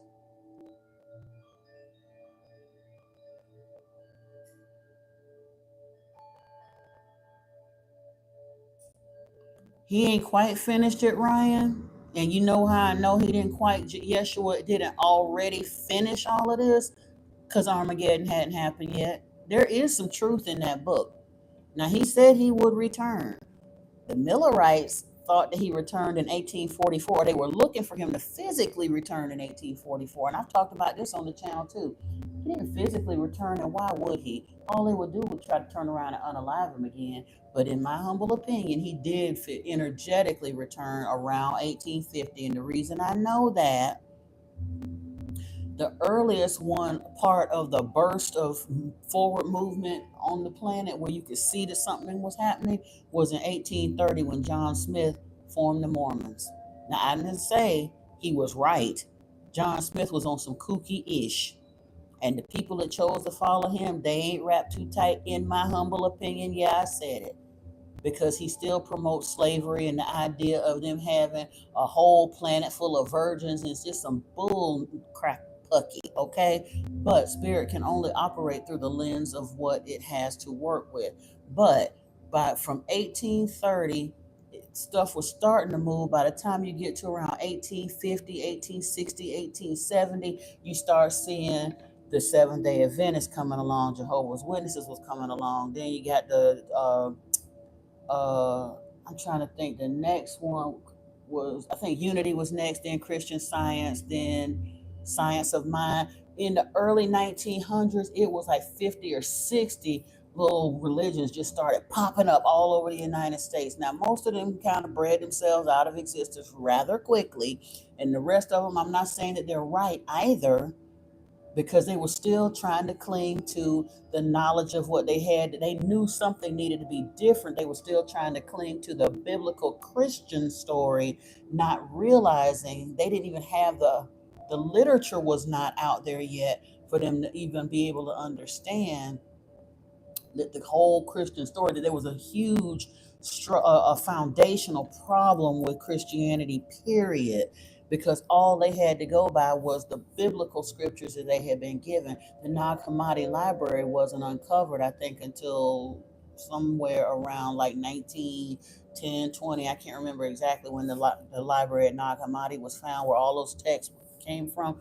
But like I said, the Lost Book of Enki was found a little bit later. The Emerald Tablets weren't found and translated until like 1928 and all of that. So all of those earlier religions, they knew something needed to happen different, but they were still trying to fit it within a Christian framework because they did not have those ancient texts. The cuneiform key had not been uncovered yet for them to be able to translate all of those other ancient texts to find out. We're just getting to the point where all of that stuff has been like cataloged, translated, published, and now thanks to the internet, it's available for us to read and disseminate and learn and do better.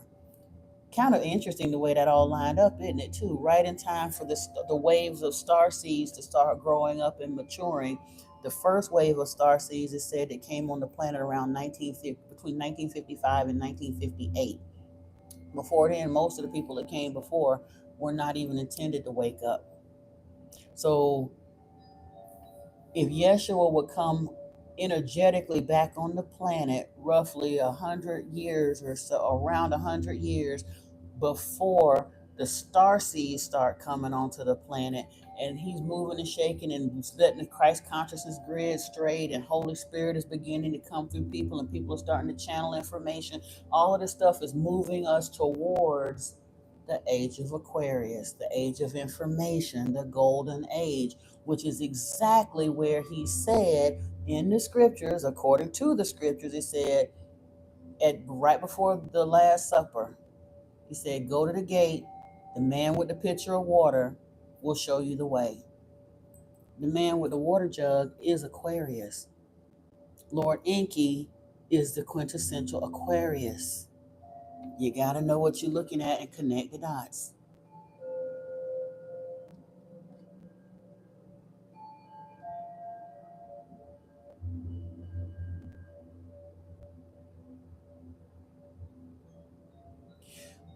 All natural grinding. You said you met I am that I am and went on the cross in the physical, but not in the physical, but in the spirit. What happened to you? Sound like demon possession to me. I'm sorry. No, Yeshua didn't save us. Yeshua came to try to save us by giving us information that would allow to free us mentally so that we can mentally ascend. The first step to awakening, or the type of ascension that he's talking about to get eternal life, is to expand your consciousness, is to turn off your worship gene, is to go within and focus more on the spiritual, less on the religious. That's what the Emerald Tablets of Thoth teach us. And Thoth was here to do the same thing, to expand our consciousness and help us awaken and ascend so that we can get eternal life. And that's what he said he was going to do.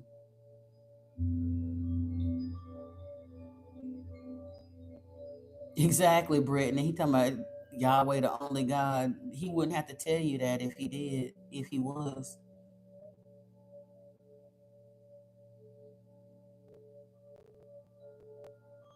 Where does it say that, Nicole? Where does Revelation say, until my people call me by my name, then I will listen? And again, I'm not challenging you. I want to go back and read it because I've been focused on like from around 16, 17, primarily 20, 21, and 22, and I didn't see it in there. If you can tell me where it is, we'll go and read it and I'll look. Because again, Revelation is a story of the final showdown. The Anunnaki wars have been happening for hundreds of thousands of years.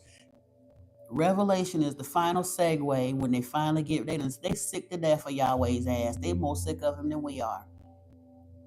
They done exiled him. He still didn't act right. Marduk was exiled twice. He still wouldn't act right. And according to Revelation, they're coming back. Michael, Yeshua is coming back, headed up by Michael, the four horsemen, Gabriel, and all the rest of them. And they coming back, kicking butt and taking names. And in the midst of all of that, at the end of that road, Yahweh, the devil, is going to be bound. The book of Enoch says that the watchers and all of them that perpetrated all that brought black magic and all of this subterfuge and confusion and stuff to the planet, they're gonna be bound, and so will Yahweh, and so will the humans who insist on following him. Revelation says they're gonna be killed right here on earth. They will be destroyed, and their souls will probably be trapped, because they refuse to see the truth. They refuse to ascend. They're not going to be tormented forever, but they will be bound, according to the book of Enoch now. But the ones who actually perpetrated all this, Yahweh and his cats, oh yeah, they're going to be done away with by Yeshua, Michael, and the rest of them. And then in Revelation 21, it says that the other Elohim is going to descend with a new base camp, New Jerusalem, and he's going to rule in peace over the ones who want to live in peace.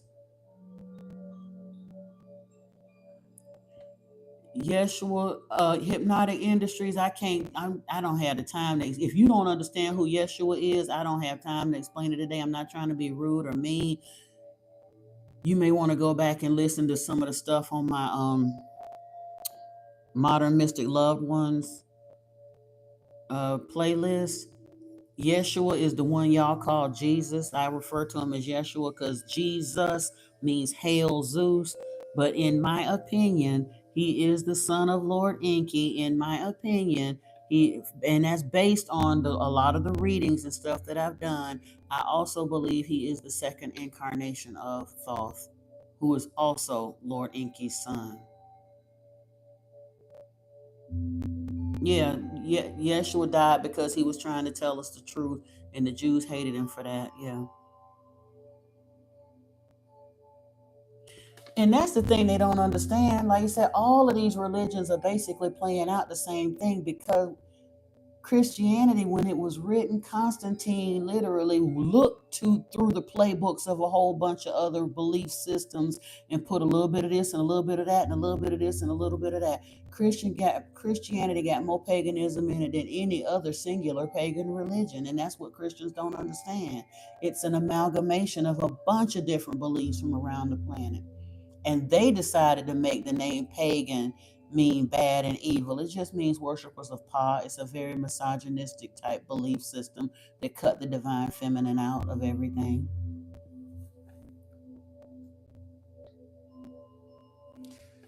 Ryan, he talking about he could not have failed. He honestly, technically, he did fail. They killed him. His ministry lasted 3 years and then they killed him at the age of 33. That doesn't sound like a great success, sir. And then the same people that killed him turned around 300 years later and laced him in the middle of a mashed up lie to make it look like he was advocating for the very thing he was adamantly bucking against. That's very ironic, but that's not a success, sir. Again, you're still caught up in the Jesus zealousy or the zealot thing because of Christianity. But if you actually look at what happened, he tried to bring these people enlightenment and truth, tried to put them on a new way, and they killed him for it. And then in a hypocritical lie, twisted his teachings, twisted his belief system, and made him the mascot of the very evil thing he was preaching against. And you call that a success? Now, I don't have no love lost for him because, again, I love him with all my heart. But you can't say he couldn't. Yes, he had all truth, and they adamantly denied his truth and killed him for speaking his truth. So that's not exactly a raging success. And considering the fact the one person who understood more of who and what Jesus was and was about, according to Jesus, in the Gospel of Judas, it was Judas who was the one who played the part of the deceiver, the betrayer. But Judas understood that he was not of this world and what his ministry was about and all that. But Yeshua also said he understood that the vast majority of his disciples, truthfully, none of them, really understood what he was there and what he was about and what he was doing. And it's proof that the Jews didn't get it because they kind of sort of knew he was the Messiah. But they still were so upset about what he was saying that Messiah or no Messiah, they wanted him dead. They didn't want to do it themselves just because they kind of sort of knew he was the Messiah, so they didn't want his blood on their own hands. But they wasn't so scared of killing the Messiah that they wasn't too scared of that to not deliver him up to the Romans to do it. They put the Romans up to do their dirty work for him.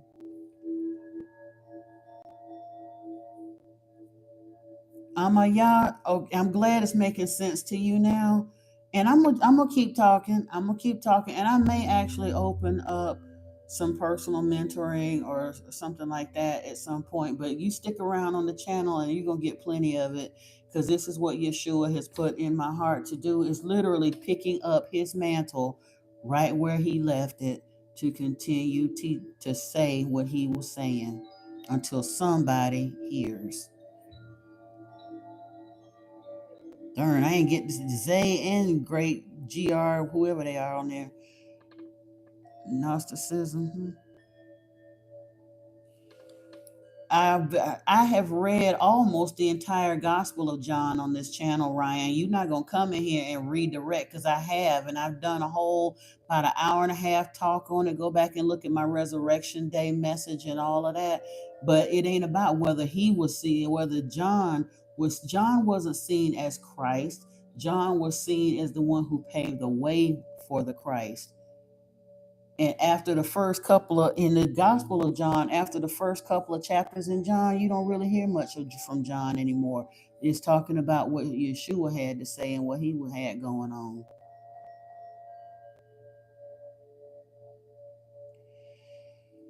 Ryan, Enki is a Lord. A Lord, that's a title of respect. They didn't say he was God, but he definitely deserves respect.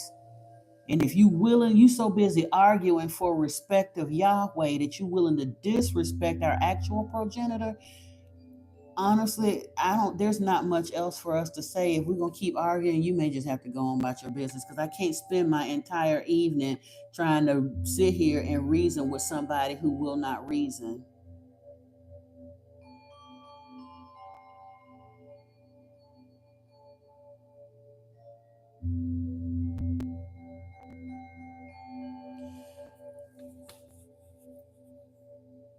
Well, honey, Hypnotic Industries, I recommend you get away from people like that. You don't have to allow nobody to stay up in your business like that. Get them out your life. That's what you need to do.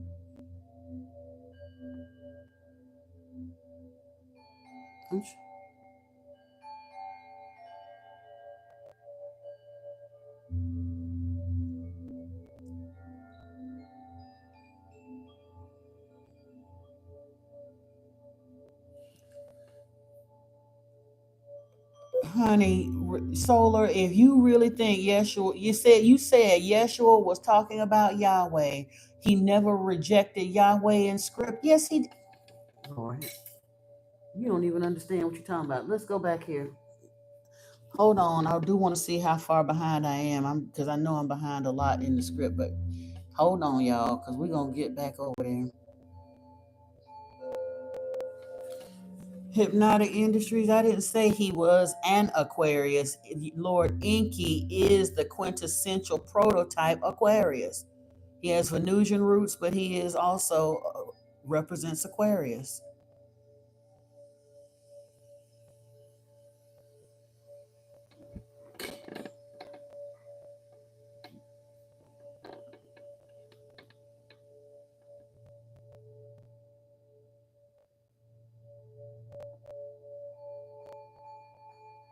Yeah, the Mormons on some other ish. But anywho. Hey Denzel, how are you? Good to see you.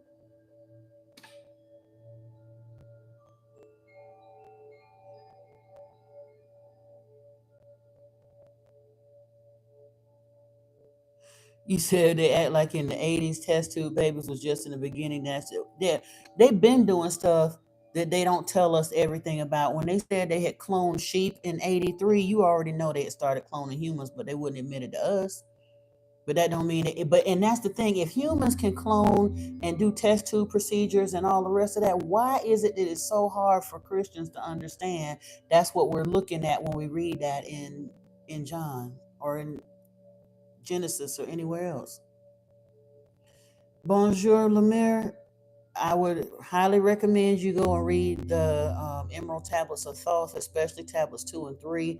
It gives, I mean, really, you got to go through all of it when you start reading it. But I got that on the channel too. Start listening to those because he talks about the steps to do: purifying by long fasting, meditation, how to go into the astral, how to level up the consciousness layer by layer. He goes into all of that.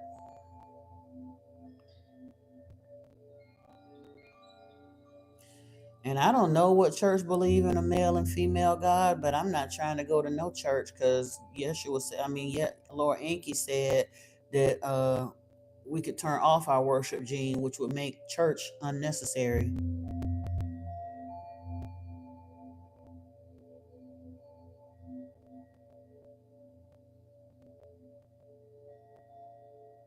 He did not come in the name of Yah. He absolutely did not, McDon. You really ain't been paying attention. He told the Jews that his father was not their father, that the one who sent him was not the one that they were worshiping. He said, "You do not know my father. You worship your father, the devil. He is a liar and a father of a lie. He don't know no. He speaks nothing but. He says somebody when he speaks, he don't speak the truth because he speaks nothing but a lie because the truth ain't in. And we'll get back to that in a minute. I'm just trying to catch up on these notes, and then we're gonna get into Revelation 3:12, like she asked.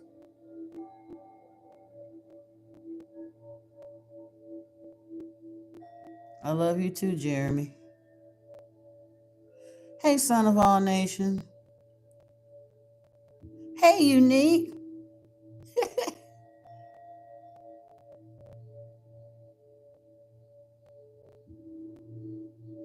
Oh, okay, Nicole. We'll see. Wait a minute, we got Chronicles. Was it First Chronicles or Second Chronicles? Because we're gonna check these scriptures. Hey, Wolf Queen. It's just the messages keep coming.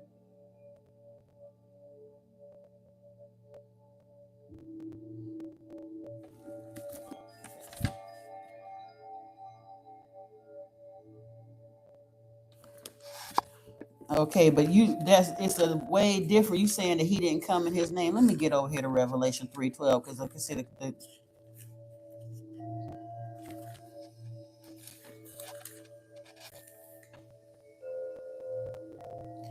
and I had actually highlighted some other stuff here. Oh no, that wasn't there. I actually had highlighted that. The one who conquers, I will make him a pillar in the temple of my God. Neither shall he go out of it, and I will write on him the name of my God and the name of the city of my God, New Jerusalem, which comes down from my God out of heaven, and my own new name. He who has an ear, let him hear what the Spirit says to the churches. Now that's interesting. This is the first time that I actually got that because remember how many times have I gone and talked about Revelation 21 when he says right here, the one who conquers, I will make him a pillar in the temple of my God. never shall he go out of it, and I will write on him the name of my God and the name of my city of my God, the new Jerusalem, which comes down from my God out of heaven. Now let's go to Revelation 21. Then I saw a new heaven and a new earth, for the first heaven and the first earth had passed away, and the sea was no more. And I saw the holy city, New Jerusalem, coming down out of heaven from God, or from the Elohim, prepared as a bride adorned for her husband. And I heard a loud voice from the throne saying, Behold, the dwelling place of God is with man. He will dwell with them, and they will be his people, and God himself will be with them as their God. That is not talking about Yahweh, though. It's talking about Enki, because Yahweh was deposed over here in 20. In 20, it says, in Revelation 20, starting in verse 1. Then I saw an angel coming down from heaven, holding in his hand the key to the bottomless pit and a great chain. And he seized the dragon, that ancient serpent, who is the devil and Satan, and bound him for 1,000 years, and threw him into the pit, and shut it, and sealed it over him, so that he might not deceive the nations any longer until the 1,000 years were ended. After that, he must be released for a little while.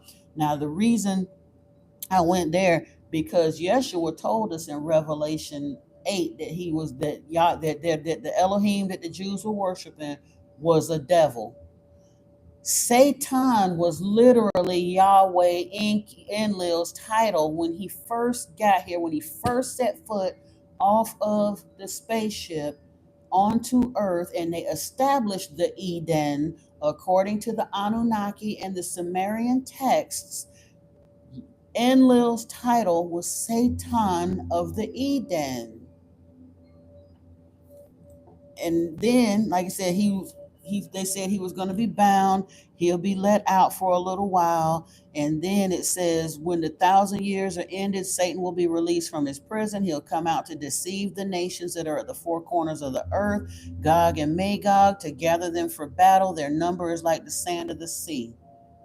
3/4 of the planet right now is worshiping Yahweh in one form or another. So he does have the four corners of the earth locked down and deceiving them all. Their numbers are like the sand of the sea. That's 6.5 billion out of 8 billion people on this earth worship Yahweh in one format or the other.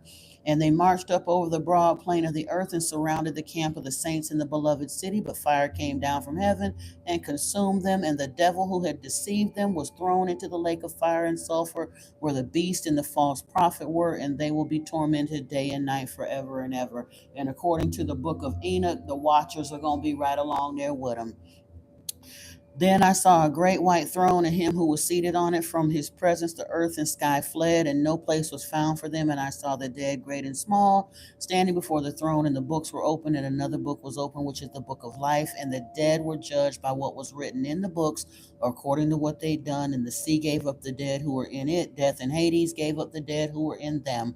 And they were judged, each one of them, according to what they'd done. Then death and Hades were thrown into the lake of fire. This is the second death, the lake of fire. And if anyone's name was not found written in the book of life, he was thrown into the lake of fire. Yeah. Thank you for bringing out Revelation 3:12, because again, I had missed that point before about that the one that's coming with New Jerusalem is his God. And again, right here, one Elohim is destroyed in 20, and then another Elohim is showing up with New Jerusalem in 21. That's Lord Enki. It's not Yahweh. Imane, I do tarot, but not here tonight. It'll be sometime tomorrow on my other channel, Anunnaki Oracle Priestess. You can find the icon for that channel at the bottom of the home page on this channel. Go down, it'll say my other channel, tap there and subscribe there and hit all notifications. And when I am able to go live on there, you'll see it for 2 or 3 days. I'll be doing some live mini readings on there for free.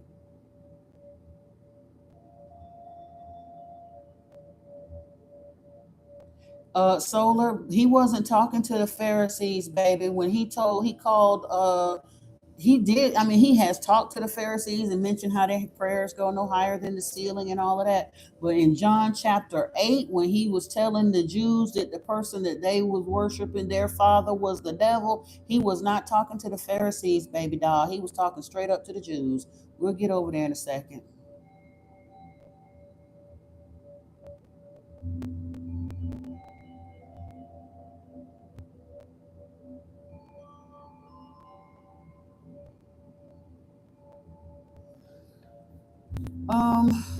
All natural grinding, I would highly recommend you do some serious energetic cleansing. Maybe get a salt lamp in your room, put salt in the corners of your room and see if they still stick around. It could very well be different people experience their gifts differently. So I'm not saying you may have a level of clairvoyance that causes you to see shadow people or whatever, but sometimes what we think of as, again, I hesitate, if they're not harming you and it's not scaring you or anything like that, that may be part of your spiritual team. But to make sure that you're getting it from the right place, do some spiritual baths and cleansing and stuff and clear your energy.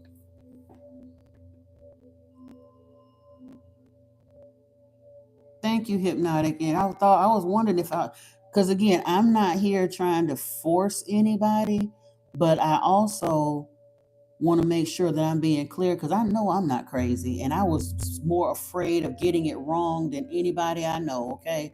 I'm not saying the things that I'm saying just to be disrespectful of Yahweh. I wanted to know the nature of God. And after several years of being taken down that rabbit hole, once I found out who he really was, I was like, oh, hell no, I can't do this. And I have to let people know, because we've been flim-flammed and bamboozled, and I can't stand that. My sense of fair play, that just chaps my ass. If I make a choice because I got a chance to get all the information and make a real choice, then if I make a bad choice, so be it. But don't lie to me in my face and stack the deck. And then we, like I said, all of humanity is literally being led off the rails by this liar. He know he on his way down, and he just taking as many down with him as he can, and the rest of us be damn. Nah, bro. I can't rock out and be silent on that. Hey, Michael Ellis, sending love and light to you too, my love. Hey, Jermaine Event, how are you? Mick Don, I don't know where you said what, but we'll get there. You said you feel like you're talking to the Oracle a little bit. Yes, my love. 6 billion people on this. It's 8 billion on this planet, and between Judaism, Christianity, and Islam, about 5.5 to 6 billion people fall in one of those religions. The whole world is lying in the power of the wicked one, just like the scriptures said it would be.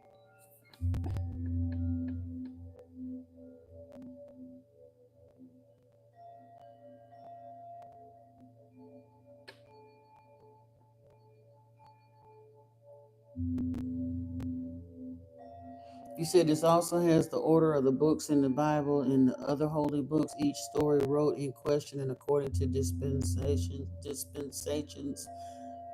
ages, and time. I threw you off with chaps. My sorry, I'm old. You can tell and start. But here's the thing, and that's the part that really gets me with the Bible. One of the reasons they're successful is because of the way they remix stuff. The Bible is not in chronological order. Most people don't know that.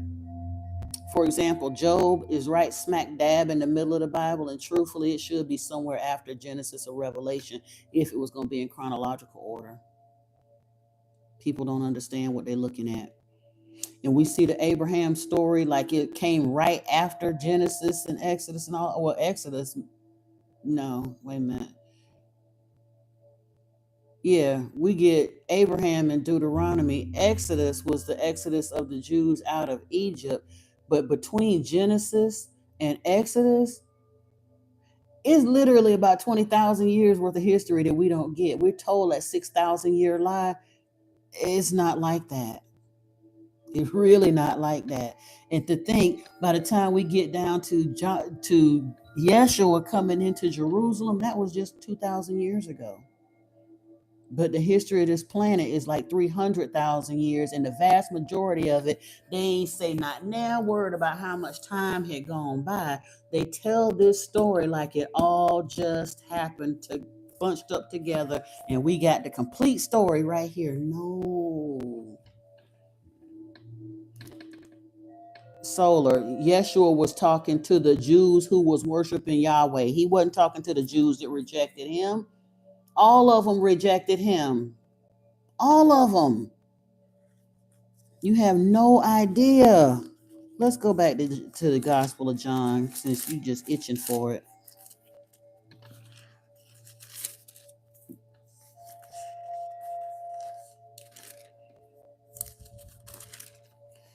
John 8, I'm going to start in 42. Yeshua said to them, if Elohim were your father, you would love me. For I came from Elohim and I am here.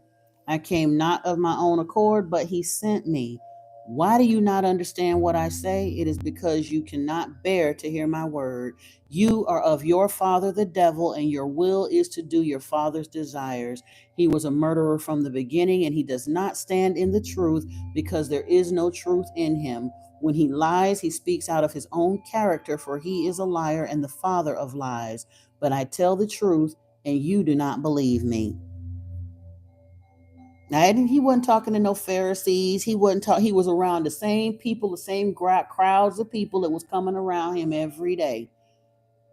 He was not talking to the Pharisees.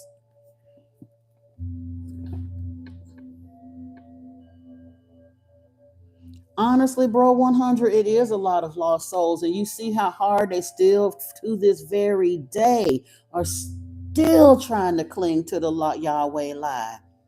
So you think about, it's 6 billion on the planet right now, but think about how many people came and gone off of this earth in the last 2,000 years.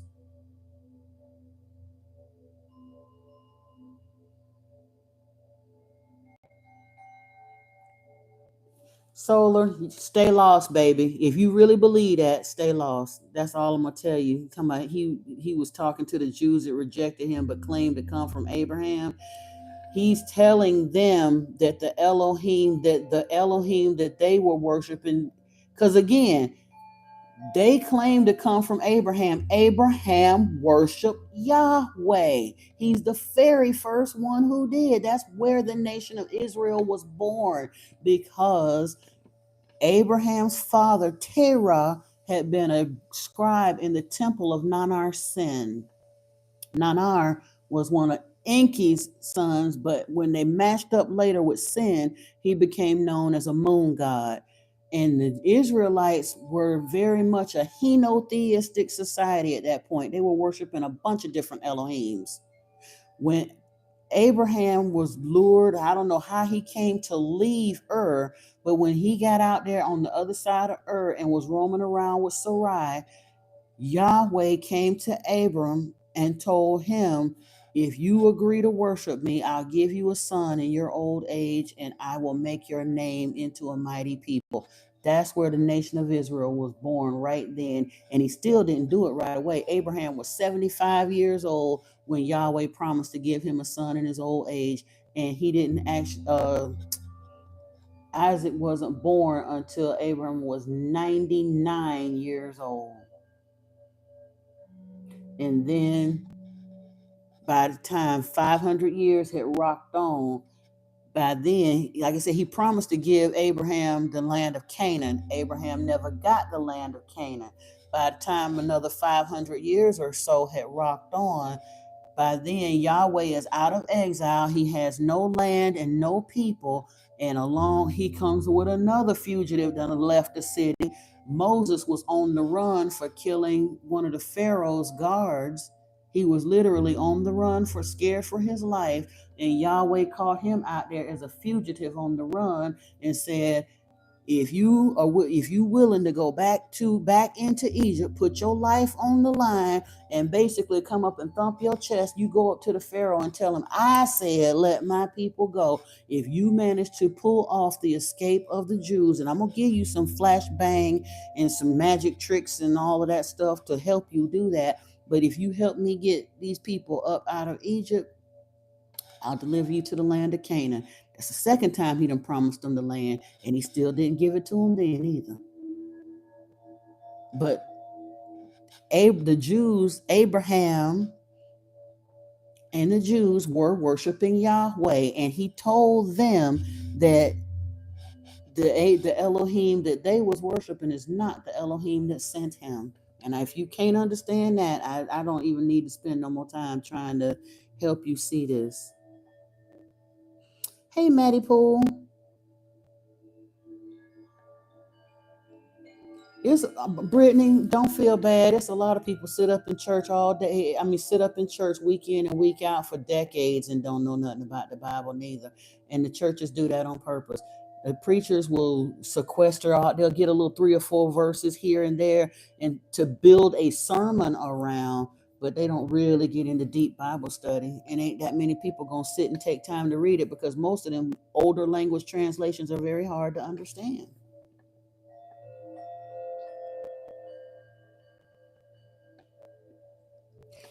Thank you, Sage. Yeah, if y'all are interested in tarot, Anunnaki Oracle Priestess is my other channel. It's in the process of getting to where I can live stream on it.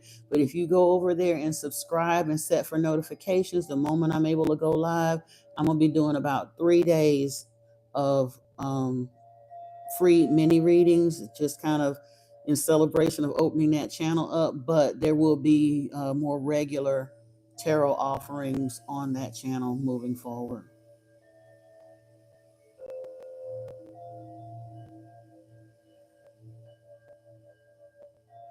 We say, if you were Abraham's children, you would do what Abraham did. What did Abraham do? But truthfully, he did at least try to listen. Now, I don't want to make people mad as far as the calling Abraham and Moses not smart people, but they really, like, honestly, of all the Elohim you could have picked, you went and got this one, really? He ain't do nothing for you, not really. Considering what all he put him through, he did very, very little for Abraham or for Moses. And even Paul admitted that in Hebrews, when he had that long dissertation about faith and what faith is and all the faithful men and women of old. And he said at the end of Hebrews 11:40, not one of the faithful men and women mentioned in the Bible ever had their promises fulfilled by Yahweh on this side of life. Not one. But when you said, hold on.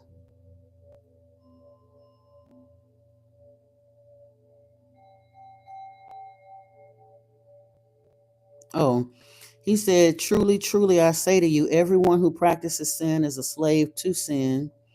The slave does not remain in the house forever. The son remains forever. So if the son sets you free, you will be free indeed. I know that you are offspring of Abraham, yet you seek to kill me because my word finds no place in you. I speak what I have seen with my father, and you do what you have heard from your father. So you said, where is it? Oh, 839. They answered him, Abraham is our father. Yeshua said to them, if you were Abraham's children, you would be doing the works Abraham did. But now you seek to kill me, a man who has told you the truth that I heard from Yeshua. I mean, from the Elohim. This is not what Abraham did. You are doing the works your father did. So why do you feel like he's saying anything different? He was saying basically Abraham, he was misguided, but he was a righteous man and he did have a lot of faith. And when somebody sat there and talked to him, he actually listened and he did act on it. Now, Yahweh did not keep his promises to Abraham, but he was still faithful. And yet he was saying, I know you're offspring of Abraham, yet you seek to kill me because my word finds no place in you. I speak what I've seen with my father, and you do what you've heard from your father. So again, 2 different Elohim. He's telling the Jews their Elohim, their father, is not his Elohim. I'm still not sure why that concept is hard for y'all to believe, except for the fact that you're wanting to cling to the Christian lie.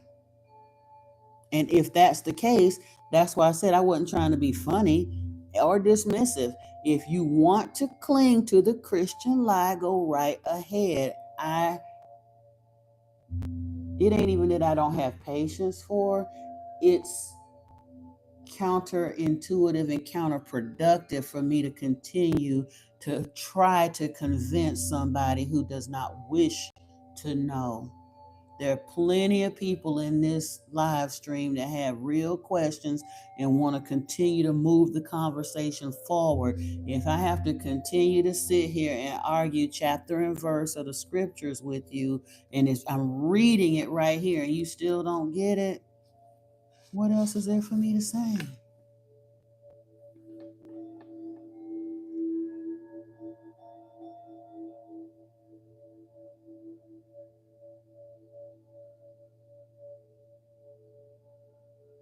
You said people will fight over a chalkboard? Yeah.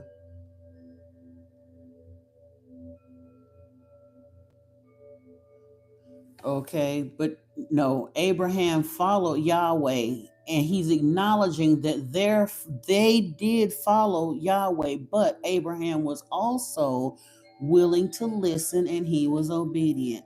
And he said, you ain't even doing what Abraham did. I'm telling you what I do. You doing what you heard from your father. But then he turned around a few verses later and let them know that their father is a liar and a manslayer and is the devil. That part. So you want to get hung up on what Abraham did, and he's telling you them that Abraham may have been following Yahweh, but Yahweh is the devil.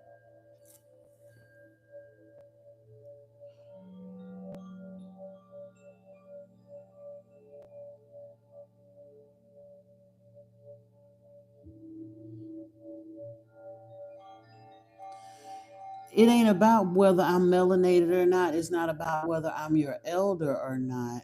It's about whether or not you're ready and able to hear what I'm saying. Because I get it. If a person doesn't have their worship gene, if they ain't on the verge of turning it off, if they're not at that point of awakening or whatever, they simply cannot hear it. I can sit here and talk till I'm blue in the face. If you're not ready to hear it, you ain't going to be able to hear it. But that's why I'm saying, I also, since we've gotten to that point in the road, you can listen all you want, but I'm not going to continue on that vein, because at some point maybe the light bulb will come on. It may not. I don't know. What do I think of Joshua Hypnotic? Not very much, and I'm going to tell you why. I understand why Joshua did what he did, but Joshua also orchestrated to kill 3,000 of his brothers and sisters to appease Yahweh. That's how bad they realized they didn't F up by choosing to serve Yahweh. But instead of getting out of it right then at the foot of Mount Sinai, Yahweh came down off of that mountain, and he was so mad, he said he was going to kill the entire nation right there at the foot of Mount Sinai because he was mad. And he was like, no, let us handle it, whatever. And I don't know why he got to chose the number, because Yahweh did not demand a certain number. He just said we were going to take care of it for amongst ourselves. And he went and talked to the priests. And then between Joshua and the Levitical priests, they chose to kill 3,000 Israelites that one night right at the foot of Mount Sinai to appease Yahweh. So no, I don't think very much of Joshua at all.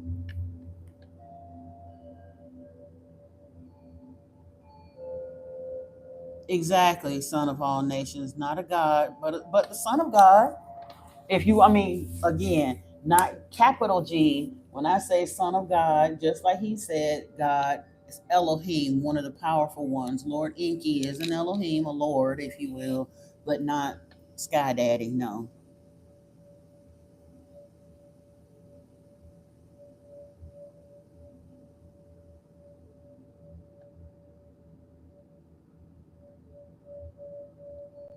Except, Nicole, and you're correct in what you're saying, except in the Bible, The only time they actually used it to refer to the supreme God who created the universe is in Genesis chapter 1, verse 1. That's the only time they're actually talking about the supreme creator of the universe. Everything else in there after Genesis 1 1, by the time they get to Genesis chapter 2, it becomes the Anunnaki story. And then by the time you get to the other side of Genesis into Exodus, it becomes the Yahweh story. Because Yahweh, in his egoic ranting, basically pushed all the other Elohim out the picture, even though they were still here on the earth. He lied and said he the only one. Yeah. So you're correct. Elohim is plural. It means God or gods. And it's used to refer to the true supreme God who created the universe in Genesis 1 1. But in the entire rest of the Bible, it is referring to the Anunnaki, the Elohim, the powerful ones. They say it means God. It doesn't mean God, though. And that's what I said. The Christian folks have put their spin on it. When you look it up in Google, it will tell you that the Hebrew word means God or gods. It does not. It means the powerful ones. And El Shaddai means sons of the powerful ones. And Zechariah Sitchin, who could read ancient Hebrew and Aramaic, said that decades ago. He was born in 1930, grew up in Israel or Palestine, wherever it was, grew up reading and translating from ancient Hebrew manuscripts. And he said he used to get in trouble as a kid during their biblical studies as well, because he knew that Elohim does not mean God. It means powerful ones. And people were still, that even back then, they were still pushing that narrative. Well, even back then, they still pushing it now, but they were really pushing it then with that mistranslation, saying that it meant God when it does not. And he does read the initials. Somebody came here talking about, can I read the original text? I couldn't, but I believe Zechariah Sitchin, and he could. Happy Sabbath to you too, Derek. It's not twisting the scripture. And again, that's why I say, you sitting here, you prepared to believe what you believe. I'm going to just leave you alone, Solar. You welcome to stay if you like. But if you went through all of that and you think I'm twisting the scriptures, it wasn't nothing to twist. Yeshua said it out his mouth. And the only reason I'm even responding to you at this point is because there are 28 other people in this that could be reading your comment, and I definitely don't want to let that slide unanswered. It's not twisting the scriptures. It's reading them and actually understanding what the hell I read, and not continuing to let priests and pastors and imams lie to me because it's convenient for them to lie to me. The stuff that we believe as Christians is the scriptures truly having been twisted. And when now that we getting more understanding and trying to untwist them, people that want to hang to them old lies, want to accuse people as trying to tell the truth as twisting the scriptures. No, it's not.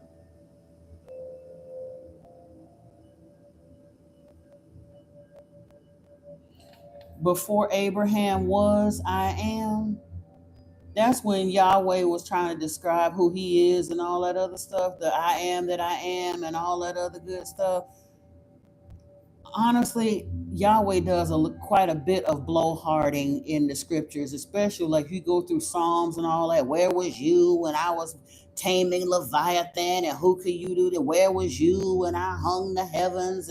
You see a lot of that in the Babylonian text, when in Marduk's style too, when he tried to claim that he made Tiamat and he went and killed Tiamat. Tiamat was his mother, and all of this other stuff, just blowharding, big time blowharding.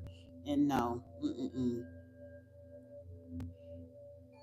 but that's all it means. He was before Abraham. He was before all humans. Like I said, when he set foot off of from Nibiru, when he set foot out the spaceship onto planet Earth, there was 0 humans here. So before Abraham was, he was.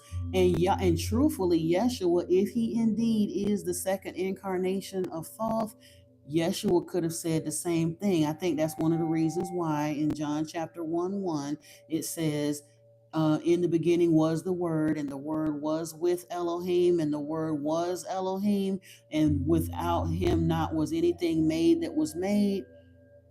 He was here in that iteration when he set foot off the ship from Nibiru onto Earth, where there were 0 humans. He done lived his life, gained immortality, all the rest of that. Asked the dweller if he could continue to come back and forth to the children of to the sons of man to help assist and with their expansion of consciousness until they were able to find enlightenment and escape death too. That's what he said he was going to do as Thoth in the Emerald Tablets. If Hermes Trismegistus is the thrice born, the third incarnation of Thoth, and Hermes came around in like 500 or 600 AD, it only stands to reason to me that Yeshua was the second born, especially since when he was baptized, according to the scriptures, when Yeshua was baptized, they heard a sound come from the sky that said, "This is my son, the beloved, whom I have approved. Listen to him." And again, during the transfiguration, after his so-called crucifixion story that they tell, he went up on the mount hill with a few of his disciples, and they said it was a blinding light so bright that his clothes glowed so much that it looked like his clothes was lit up. And they thought they saw Moses and Elijah coming out of this cloud in the spaceship or whatever was there. And again, coming out the cloud, this voice, "This is my son, the beloved, whom I have approved. Obey him." That's Enki. Yahweh definitely ain't saying none of that. Yahweh was all for killing him. So why do people think that the same one who was sat back and watched him die is the same one? Because, oh, I forgot, Christianity told you that it was a cool thing that God gave his only son and basically led him to the slaughter, like he had told Abraham to take his son to the slaughter. But again, in the Greek pantheon, was it Greek? Yeah, I think it was Greek. As Zeus, supposedly he ate one of his own children, so he don't have no issue with doing that. Exactly, Derek. We all little G's. He called all of us test tube babies because we are, we are test tube babies. Every single one of us. Yep. Honestly, without water, we wouldn't be much of nothing. We're 70% water, so. It wasn't Jesus or Jews, Nicole. That's one of the reasons I don't call him Jesus. I call him Yeshua. If you notice, because Jesus means hail Zeus, which is a nod, right back to Yahweh, and I don't even want to give that kind of credit. And the Jews were Israelites and not Jews. We call them Jews now, but they were the Israelites because they were from Israel, Isis, Ra, and El, which was initially, like I said, people don't even understand or think about the etymology of what they're looking at. The Israelites acknowledge other Elohim right in their title, Israel.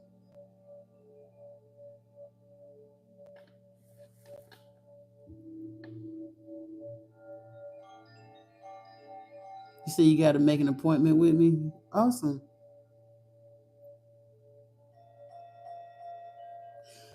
I don't know. That might be a cool story for us to kind of go through anyway, Amaya.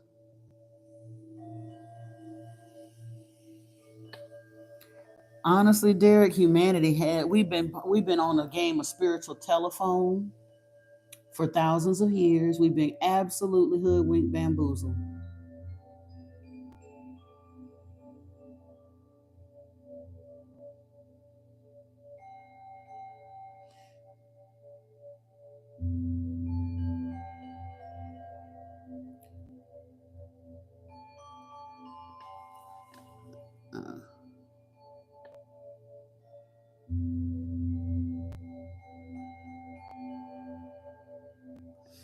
Yeah, let's look at Psalm 82. Now, some of the Psalms even, they're honestly through, well, Job, I don't know. I did talk about Job in here. And that's another thing. If you really want to know the nature of God, go back and look at the story of Job. There's a lot of stories in the Bible that the pastors have glossed over and made it seem like it was such a good thing because it was such a display of faith. But what kind of God?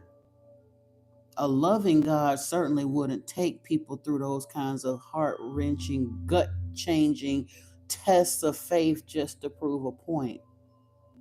Yahweh sat up there and let that man's 10 of his adult children were killed. Thousands of head of livestock killed. All of his lands destroyed, all of his homes. He went from being the wealthiest man in the land to sitting outside scraping ulcerating sores with a pottery shard, basically praying for death. His wife said, "Curse God and die already." And if that wasn't bad enough, then 3 magpie friends of his showed up to taunt him for over a week straight. And they wrote it all down in Job about how they let him know, "What did you do? You must have did something because you ain't being punished for nothing. Ain't nobody had this much calamity befall them for nothing. So you've been sitting back playing, pretending to be all this and that like butter won't melt in your mouth, Job. I bet you know something going on with you now, Job. Obviously you was doing something wrong, Job." And Yahweh allowed that just to prove a point. What the hell kind of God is that? And we sit there and clap and nod and whatever, go right along with the preachers when they tell us what a good thing that was.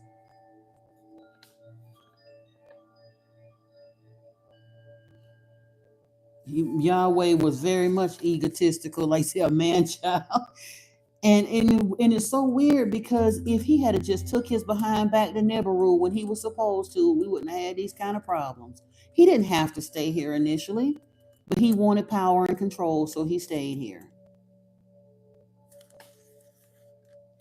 Because, well, he was next in line for the throne, but his daddy is still very much alive and well, so he couldn't run Nibiru, but he could run Earth. That's why he chose to stay for real. He wanted power and control. And when he got to that worship thing, once he figured that out, because damn sure wasn't nobody going to worship his behind on Nibiru. They didn't do that. They didn't even worship Anu like that. They respect him as father and king, but they didn't get down like that. Yahweh wanted that kind of worship for himself. He said Psalms 82:5.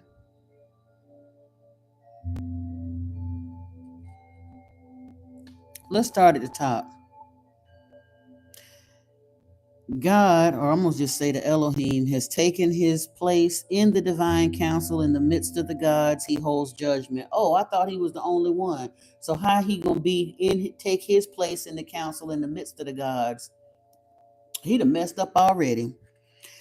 God has taken his place in the divine council in the midst of the gods. He holds judgment. How long will you judge unjustly and show partiality to the wicked? They done ask him. Give justice to the weak and the fatherless. Maintain the right of the afflicted and the destitute. Rescue the weak and the needy. Deliver them from the hand of the wicked. They have neither knowledge nor understanding. They walk about in darkness. All the foundations of the earth are shaken. I said, you are gods, sons of the Most High, all of you. Nevertheless, like men, ye shall die and fall like any prince. Arise, O God, judge the earth, for you shall inherit all nations. Now, this sounds like a conversation that could have happened on Nibiru for real. He came and took his place in the divine council in the midst of the gods. He holds judgment. And then they turned around and asked him in quotations, how long shall you judge unjustly and show partiality to the wicked?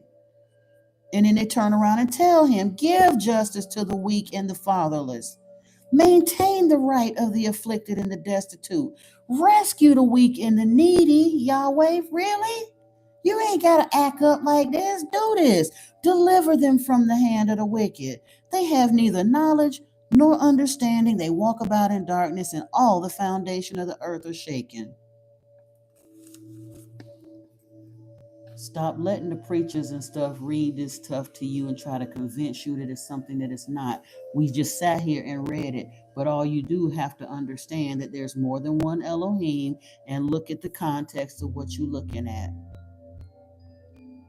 That very well could have been a conversation that happened with him in the council, because he did go back and approach the council several times throughout all of this, according to the lost book of Enki. Uh-oh. How in the world? My bad. How did I do that? Okay, sorry.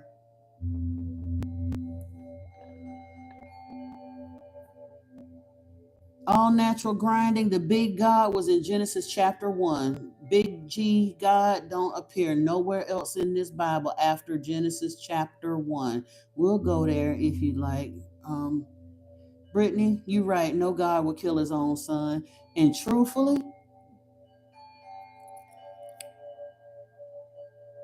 why in the world, you said not only would he not kill his own son, why would he even think that that would be necessary if he was the Alpha and the Omega, like he say he is? Let's just operate with that.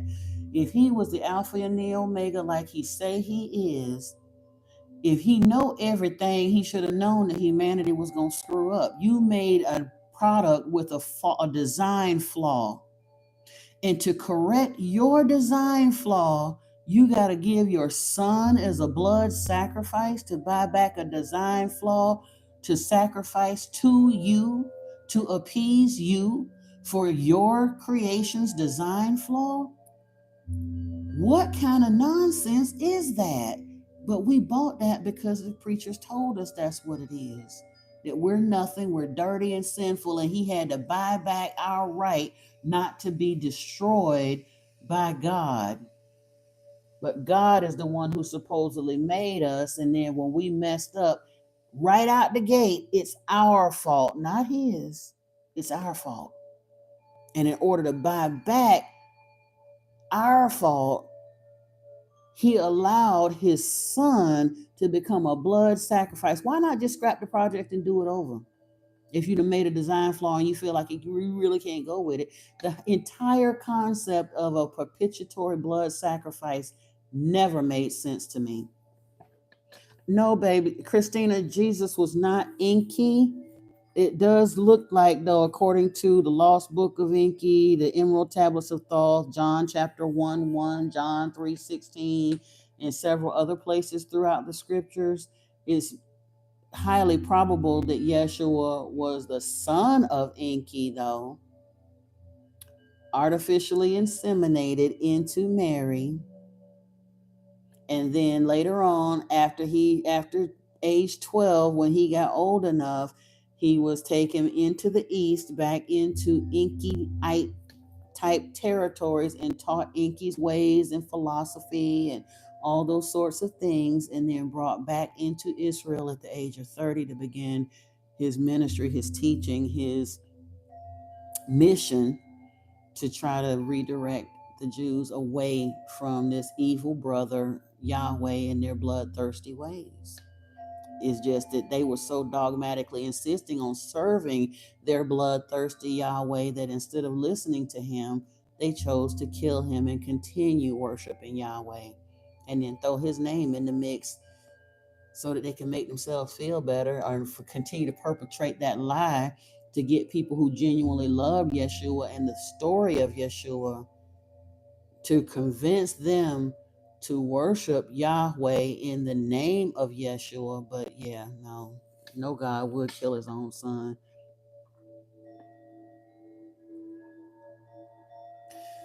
In Genesis 1:27, I said Genesis 1:1 was where God shows up. Hold on. I didn't say look. In the beginning, God created the heavens and the earth. The earth was without form and void, and darkness was over the face of the deep. And the Spirit of God was hovering over the face of the waters.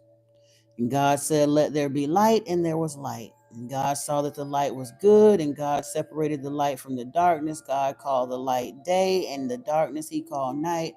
And there was evening, and there was morning the first day. I'm trying to see. Yeah. So from Genesis 1:1 up to Genesis 1:27, no, 25, through Genesis 1:25, that's where the creator of all is bioforming and terraforming the earth. And we don't know that those were literal days, and neither do the Anunnaki, because the earth, all of that was already done by the time they got here. This is just how they're telling the story to get us to a certain point. Because again, the lost book of Enki gives us the story of the before time, what happened before they got to earth. The Genesis story, the genes of Isis, only tells us what happens after they got here and got going. Genesis chapter 1 is just a rudimentary glossary, summation of the creation story up to the point that they got here. But the Anunnaki didn't do verse 1 through 25. The God that's mentioned there is the creator of all. And then this let us make man in our image after our likeness, that's Enki, Ninmah, and Thoth. That is not the creator of all.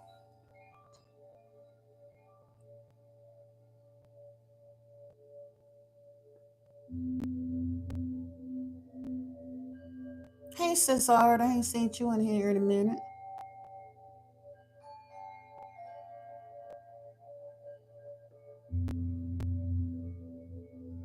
Yeah, Moses had no choice but to acknowledge other gods. But here's the thing.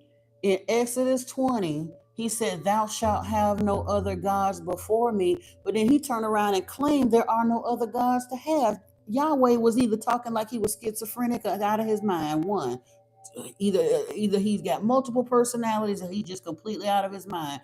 How you gonna turn around and tell them there are no other gods but me, but then his commandments are thou shalt have no other gods before me? Obviously there's other gods if you got to command them not to serve them. They was making that golden calf, so obviously they had just been worshiping somebody else before they came out of Egypt. He left them there for 40 days and 40 nights. They had no idea whether he was going to come back or not. They thought Moses must surely be dead. That's what it say in the scriptures. And as a result, they were scared. They out there at the foot of the mountain, didn't know if they're going to starve to death, what's going to happen to them. They asked Aaron to make them an idol so that they could pray to the God they had been worshiping before they got with this Yahweh cat, because he hadn't even gave them the rules on how to worship him yet.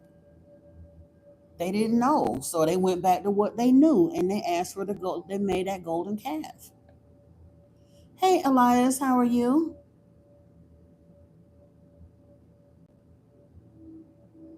Oh, okay. Hypnotic. Well, have a great evening. Glad to have you as long as we could. Honestly, I am who I am. I believe he already back.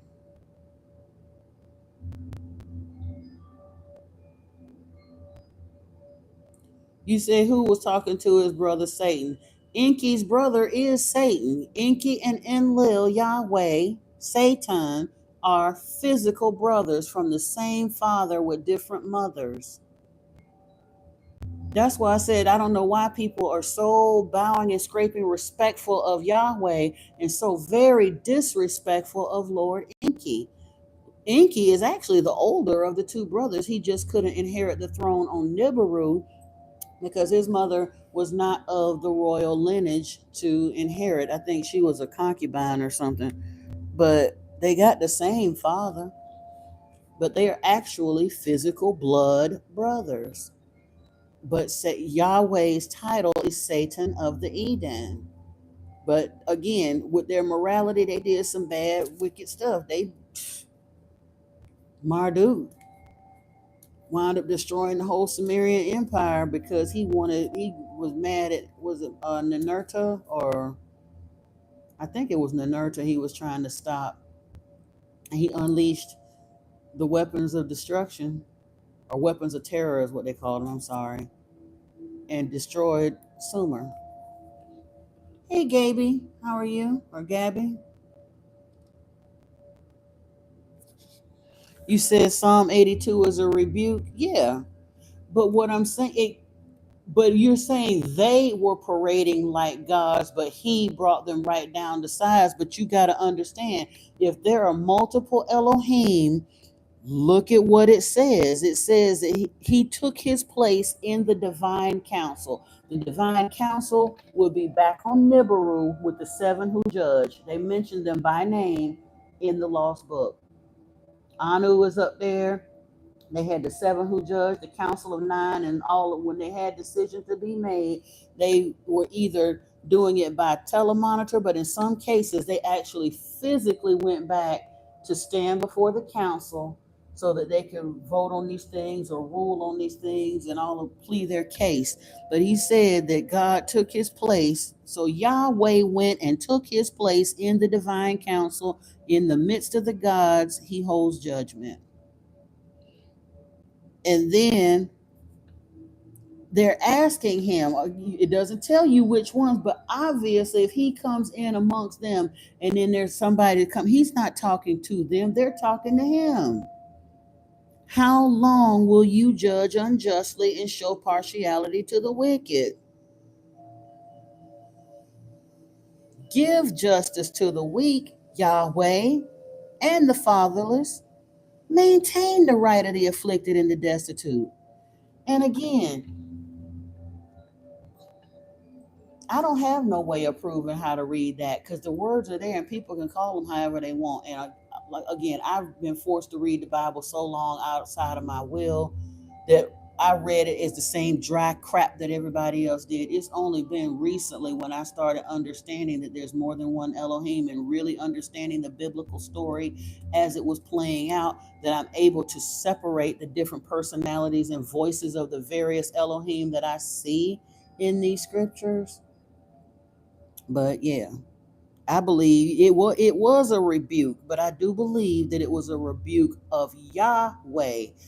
Who else he gonna be talking to? Because Enki wasn't out there being unjust to the wars people and all the rest of that. Yahweh hated humans and he dealt so harshly with them that he was eventually exiled for it. So you're saying he was talking to his brother Satan? Yes, probably. Enki was probably talking to his brother Satan, telling him to chill already. Wait, what about John, Gabby? John is Yeshua's cousin. Yeah, gods could kill gods. Marduk, I mean not Marduk, Dumuzi drowned. He was considered a god. Now, if he was actually again, he's not Sky Daddy God like they done lied and told us. He was a Nibiru powerful one and Elohim, but he could die, and he did. He drowned, and they were not able to bring him back with their little equipment and stuff that they could shock him and do all. They had some medical equipment that was pretty fantabulous, but it did not bring the Muzi back. And Anana was, oh, she was upset a good long while about that.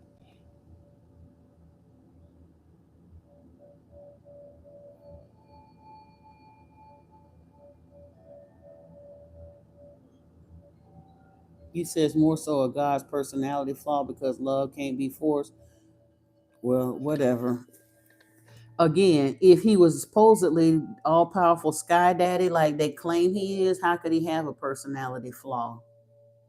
You just answered your own question, Gabby.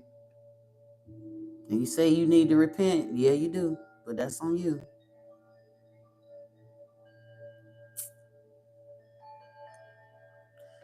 I'm not going to even mess with Solar no more. Yeah.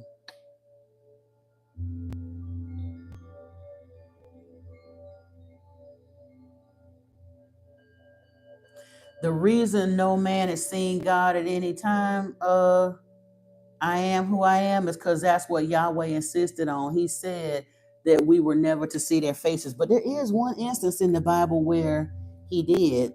Let me see if I can find it again. It was in he came to Abraham and he sat down and ate barbecue and everything. Hold on. I think it's in Deuteronomy.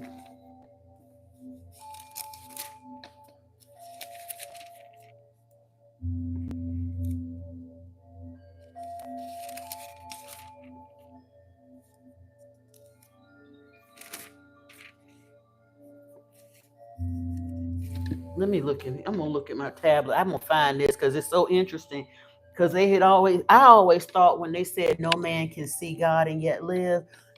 When I was growing up, I thought that because the radiance or the presence of God would be so wonderful or so magnificent that we would literally like kind of vaporize from it. It's not that. Yahweh said that if we were ever to see their faces, they were supposed to kill us. He didn't want nobody, did not. In order to keep that lie going, he insisted that they not show us their faces.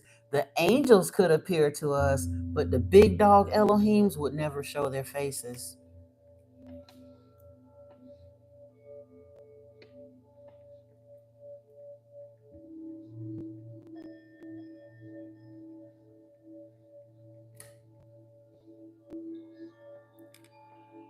Genesis 18, okay. Yeah, I'm gonna read this to you because this blew my mind when I saw this again. Hold on.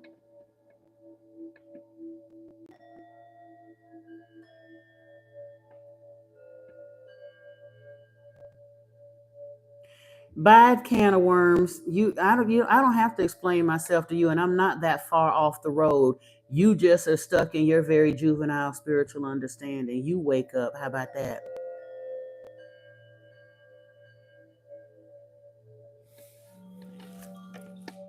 The devil confused the whole world. That's the sad part about it. He has confused the whole world and got people still running after Yahweh, even though Yeshua told them something different. You wake up because I'm well and truly awake. So, whatever. Keep bumping your gums and you'll be disappeared up off of here. That's all.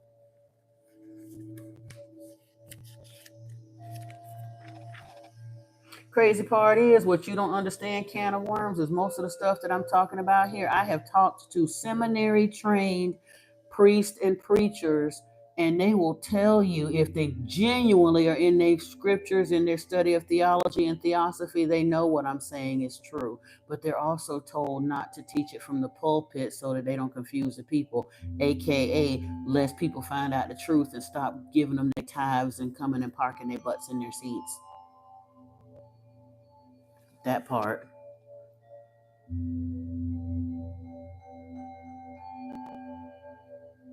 You're out of here. I ain't got to put up with that. I really don't.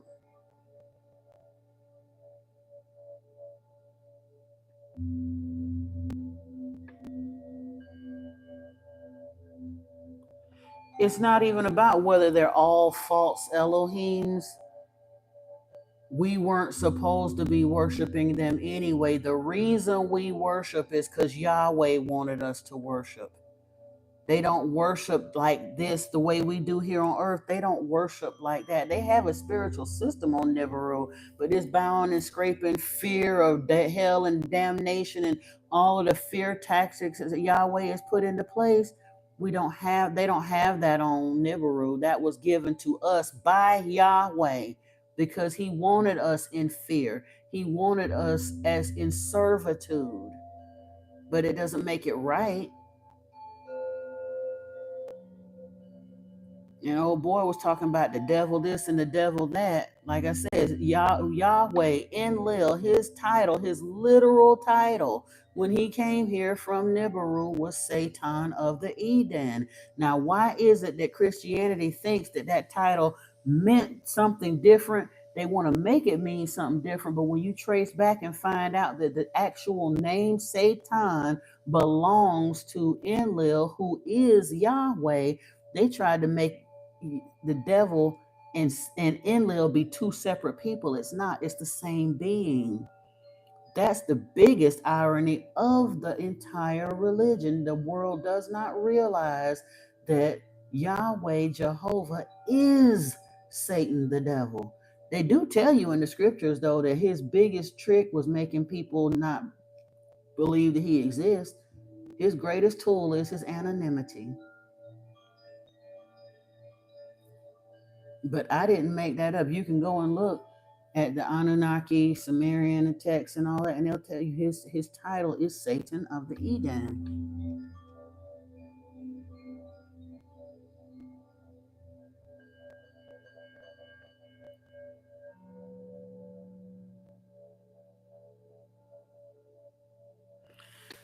Gabby, the Israelites went back to build the idols because it ain't that they didn't have faith to accept it. They didn't know Yahweh like that.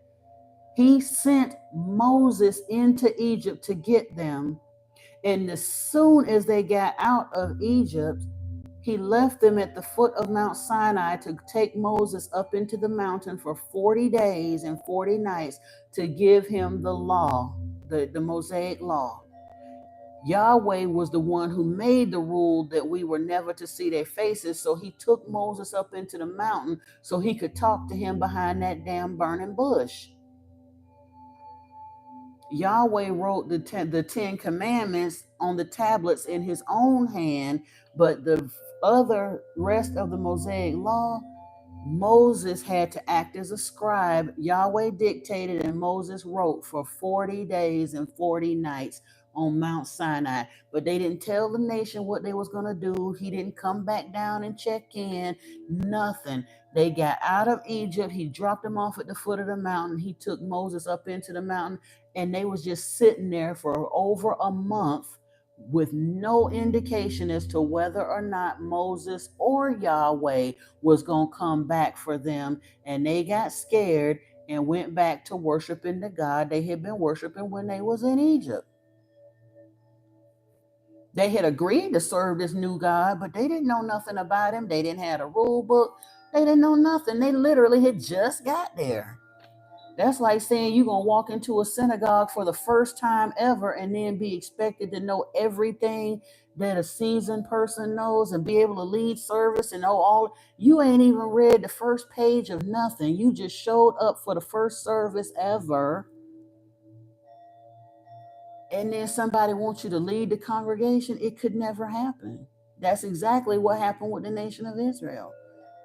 And because they were scared, they was praying to their other God that they was in the process of leaving. They doubled back and prayed to that one, hoping for deliverance, because they didn't know what was going to happen. And when Yahweh got wind of it and came back down, he got mad and said he was going to kill them all for doing that. Hey, Patty Cherry. He's still letting them live, y'all. Gabby, you talking about what about the unjust people right now? Yahweh's still letting them live. He's still letting them live because they serving him. 3/4 of the planet, the violent people on this planet, is worshiping Yahweh. The Christians worship Yahweh, the Jews worship Yahweh, and the Muslims worship Yahweh. 75% of this planet worships Yahweh. That's why we have so much injustice and violence now. Worshiping a violent, bloodthirsty God will turn you into a violent, bloodthirsty person. If it's okay for your God to do it, if you can accept your God doing it, then you want to learn to justify you doing it. Paul Wallace said that worshiping a monster makes monsters out of us. Think about what the world would be like if everybody was Buddhist. It wouldn't be this mess we're living in right now, that's for sure. But we don't get that. We got Yahwehville. We living in Yahweh's world. So it ain't that he letting them live. They're serving him. Why would he try to stop them? The scriptures say he ain't going to stop them until the end of Armageddon, when Michael and Yeshua come back and they stop him. And they're going to stop the ones who choose to cling to serving him. But he has no intention of stopping, because he's wicked. He's the devil. And where did I get it from? I get it from the scriptures. You talking about, if you read the account, Gabby, of Moses and the Israelites coming out of Egypt, first off, several things that the priests and all of them gloss over. Christians quick to tell you how black magic is wrong and sorcery is wrong and all the rest of that. When Moses went back, when Yahweh told Moses to go in and talk to the Pharaoh, Moses said, "I'm scared. I got a speech impediment. I can't really do this." And you forget, I'm on the run. I done killed somebody up in there. Yahweh said, "Don't worry about it. I'm going to give you some tools, some tricks of the trade. You're going to be all right." When he went in to see the Pharaoh, they was in there having a magic throwdown. Moses threw his stick on the ground and it became a giant serpent. Pharaoh said, you ain't said nothing. I got magic practicing priests too. He brought his in and they threw their sticks on the ground and they became snakes too. And then Moses' snake ate they snakes. That's in the Bible. That is sorcery, witchcraft. But that's what Yahweh set Moses up to do. That didn't work. That didn't scare them enough. So the next plague he did was he turned all of the water in Egypt into blood. Witchcraft, sorcery. Then they brought the locusts, then they brought the gnats, then the boils and the biting flies and the famine and all of the rest of that. And then it still didn't work. It got so bad, 3 days of darkness and all that other stuff. All the way down to the end of the line, Pharaoh still wouldn't let the people go. And that's when Yahweh instituted the Passover. He said, I'm telling you what, y'all need to go up here tonight and make sure you paint blood. I want you to slaughter a young lamb. It's got to be a lamb or a goat, but it's a yearling. And it must be perfect. And I want you to take that lamb and slaughter that lamb and put the blood over the doorpost. Make sure you put the blood over the doorpost now. Because everybody that does not have the blood of that lamb over that doorpost, when the angel of death comes through here tonight, and the angel, again, they was just messengers, those people who worked for the large upper Elohim, but they're messengers. Any household that did not have the blood of the lamb over that doorpost, they went into that house and they unalived the firstborn of the entire nation of Israel, the firstborn of their livestock and the firstborn of their children.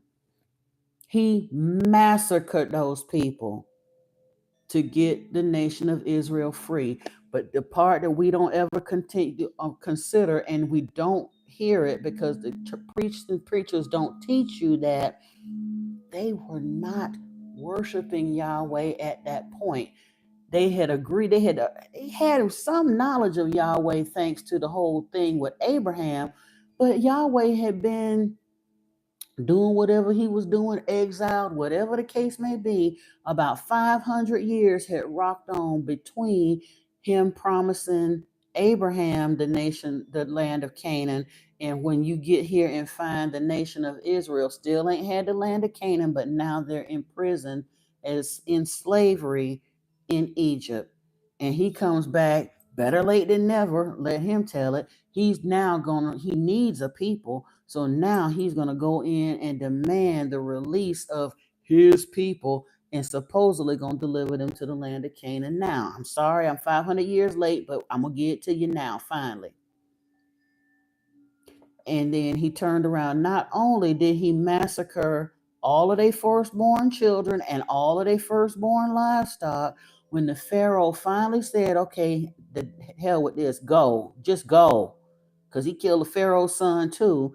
The nation of Israel left, and then the military force, the army, came behind him, and he gave Moses one more dirty trick up his sleeve.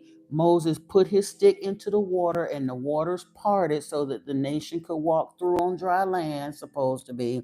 And the moment that they all got through, Pharaoh's army came behind them, and while they were still in that channel, Moses removed the stick and drowned the entire army. That's in the Bible. Then their next stop was the foot of Mount Sinai. And that's when he left them there for 40 days without telling them what was going on. They didn't know how they were supposed to worship him or nothing else. And when he came back down from that mountain and found them worshiping that golden calf, he said he was going to kill all of them for doing that. And in order to stop him from killing them all, Joshua agreed or talked to the priests. And between Joshua and the priest, they rounded up some folks and they killed 3,000 men in the nation of Israel that night, right at the foot of Mount Sinai. That's a hell of a way to kick off serving a God. And then try to still convince the rest of the planet that they still supposed to continue to worship him, like for real? Ugh.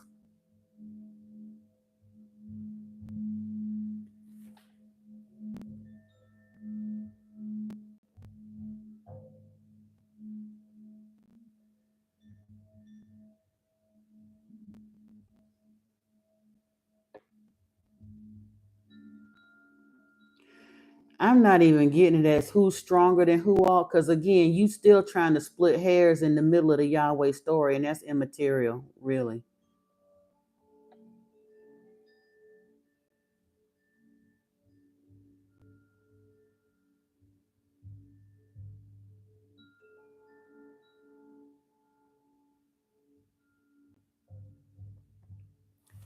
Joyce Lucas, because they stayed here too long.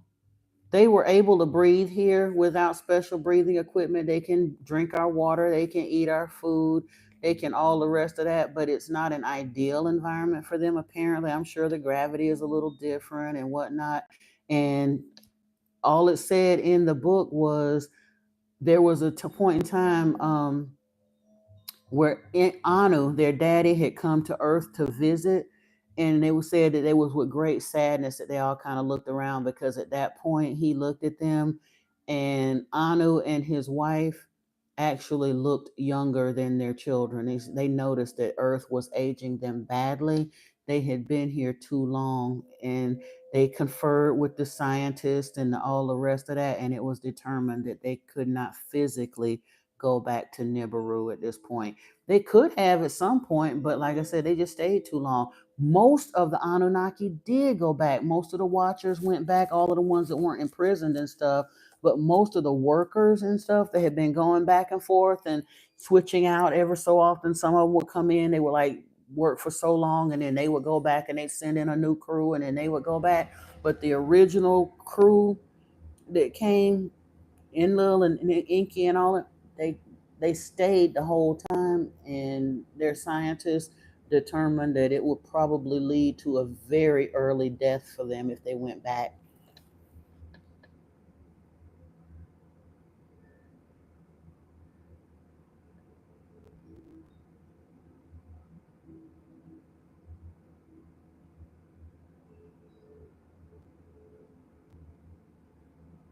The devil is older than Yeshua, yes, because even if Yeshua is the second incarnation of Thoth, Enki and Enlil are brothers. Thoth is Enki's son. So even if Yeshua is the second incarnation of Thoth, he would still, the devil would be his uncle at best. So yes, he is older, but the darkness isn't going to serve the light. The darkness that showed its ass on this continent, on this planet for thousands of years. And according to the end of Revelation, ultimately the darkness is going to be destroyed.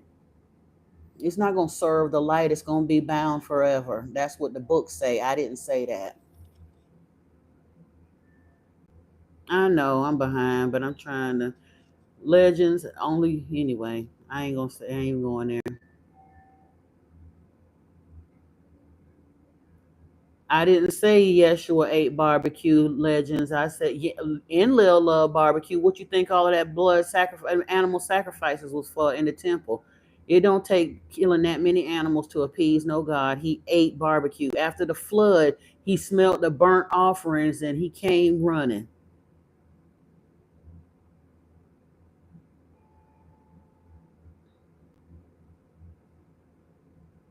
I'm sure Jesus ate more than rice. He's first of all, he shared the fishes with them.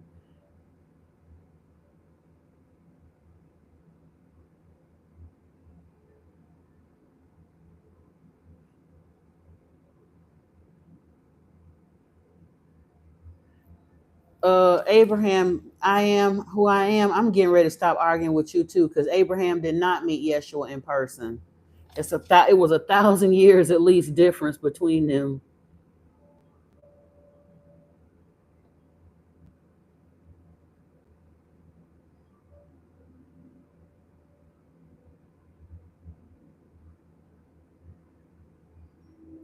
Legends, you talking like something wrong with you. I'm gonna leave that alone. My thing keeps flipping the wrong way. Sorry.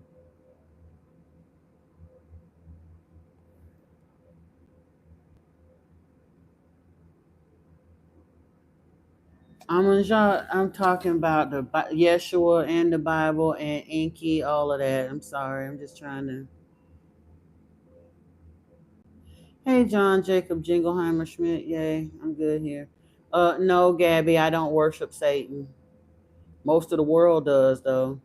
No, I'm not talking about the Gnostic Gospels. I'm talking about the Anunnaki text, though, and the Bible versus the Bible.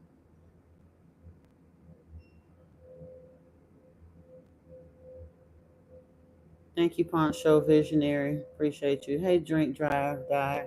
Hello. The Bible say a lot of stuff that they don't do. The Bible say stay away from witches, but then again, like I said, Yahweh gave Moses high witchcraft, extreme witchcraft. No, I'm not standing so you can see no dress. This ain't no fashion show. There's other channels for that.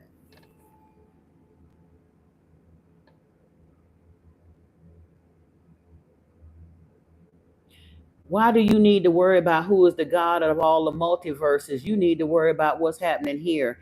That again, humans are so out of pocket. It's like they demand to know every damn thing and ain't got sense enough to understand barely anything.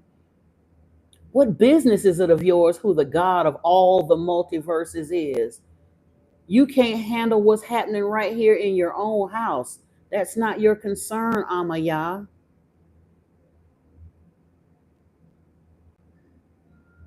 Son of all nations, you about to get out of here because ain't nobody got no witches over in here.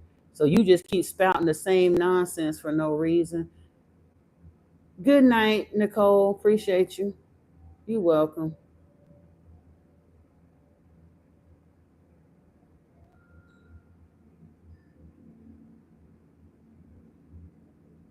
Hey, Shagan. I'm trying to get caught up.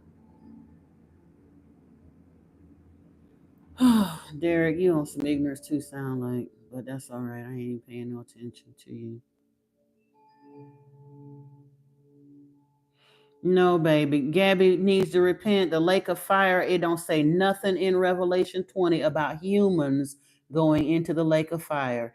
That's for the devil and his demons and minions and all of that. The humans that follow him in Revelation, it says that they're going to be destroyed. It says at one point, I think it's somewhere around Revelation 16 or 17, that a third of the population of earth would be killed, that their blood would run however many furlongs high in the street. Yeah, it doesn't, but they won't be destroyed in the lake of fire.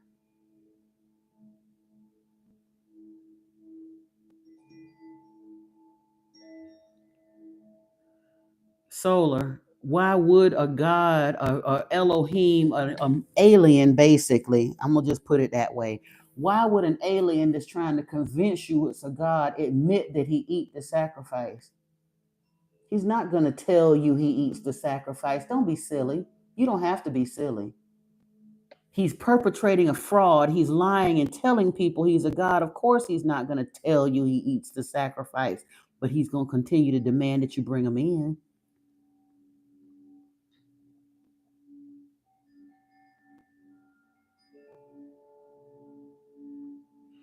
I don't worship nobody, Gabby, because my worship gene has been turned off.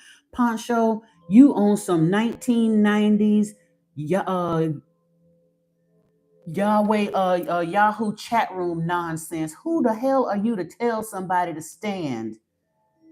That's such a sexist, horrible thing to say. You don't need to see my body. I don't have to stand and model for you.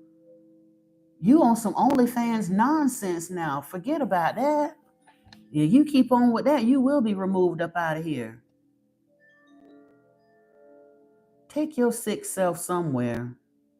We having a spiritual conversation and you on some lips and standing up and all that other bullshit. It's disrespectful.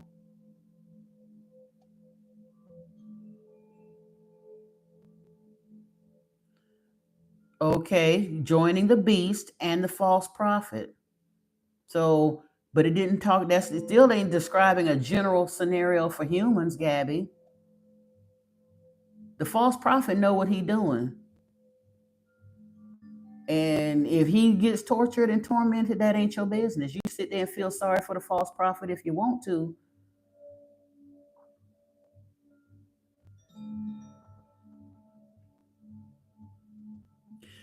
Y'all, ain't nothing wrong with wanting to know. But the thing is, if you really want to know, listen and don't argue.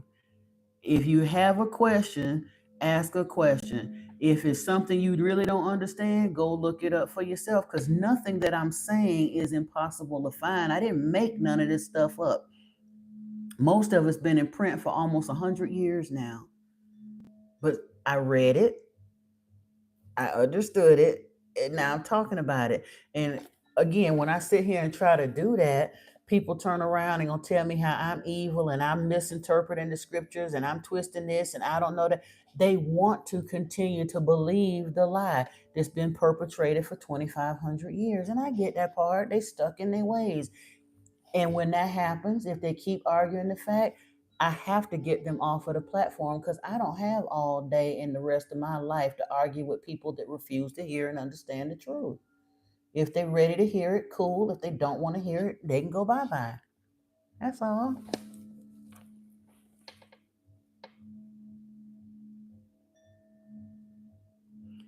And here's the thing, Solar, Baal is another of Yahweh's names. So you can accept that as Baal, he accepts and feeds on the sacrifice, but as Yahweh, you think he don't? Okay.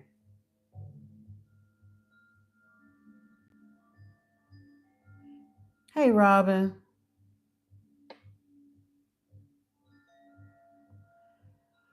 Child, I'm getting to the point where, I mean, like I said, I don't, that if they really start irritating me, I get them off of here. Most of them, I don't mind, because I'm just teaching and stuff.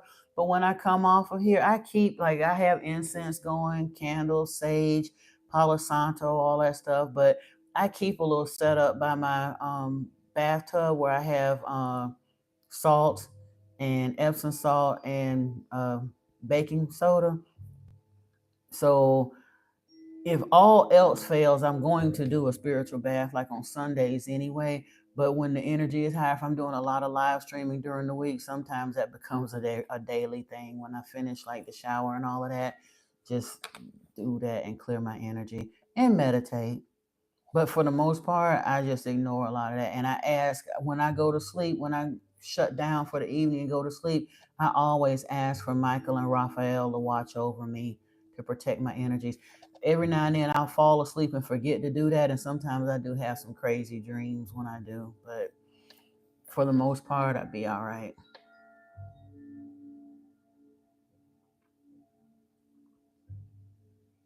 Nobody, people say they don't want to be tricked, but the humanity has been tricked for thousands of years. That's why I get on here every night, every other night, whatever, and we pretty much have versions of a similar conversation. And I'm not saying that to be upset. I don't mind a redundant conversation. Yeshua said the same thing over and over again every day for 3 years till they killed him. So I know I'm gonna have to get in here and continue to say this and continue to teach this until more people begin to understand. Because, like you said, most people on the planet don't know this now. And I'm not saying they're wrong for not knowing. Most of us didn't know. I came from a little tiny town in the Bible Belt in southeastern United States. Up until the internet, none of us knew this stuff, except the real few bookheads that was in the coffee shops and really on that esoteric path. But the vast majority of humanity had no idea. And most people didn't know before 100 years ago, because a lot of these texts had not been translated fully and published yet. Hey, G Whoop, how are you? I'm doing good. I'm doing good. Yeah, so I'm not, when I get up, I get frustrated with the ones who want to continue to doggedly hold to, because I get it, that proselytizing spirit of Christianity. Christians are some of the worst. They are the loudest, most dogmatic. They be just as loud and wrong. And the preacher done gave them a couple of little catchphrases to say, and they come spewing and spouting that stuff like they done said something or did something. Yeah. Bye, Solar. I'm not addressing you anymore because you're looping in ignorance. I don't have to argue with you, and I'm not gonna argue with you. When you're ready, come back. If you ain't, keep going. That's up to you, my love. I'm not gonna argue with you.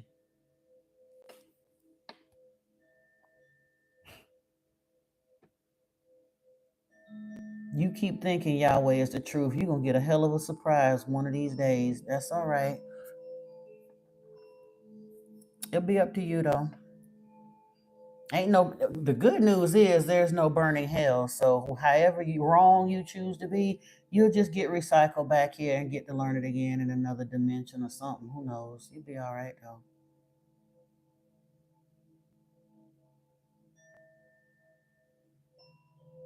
You said you confused as to what his looked like in order.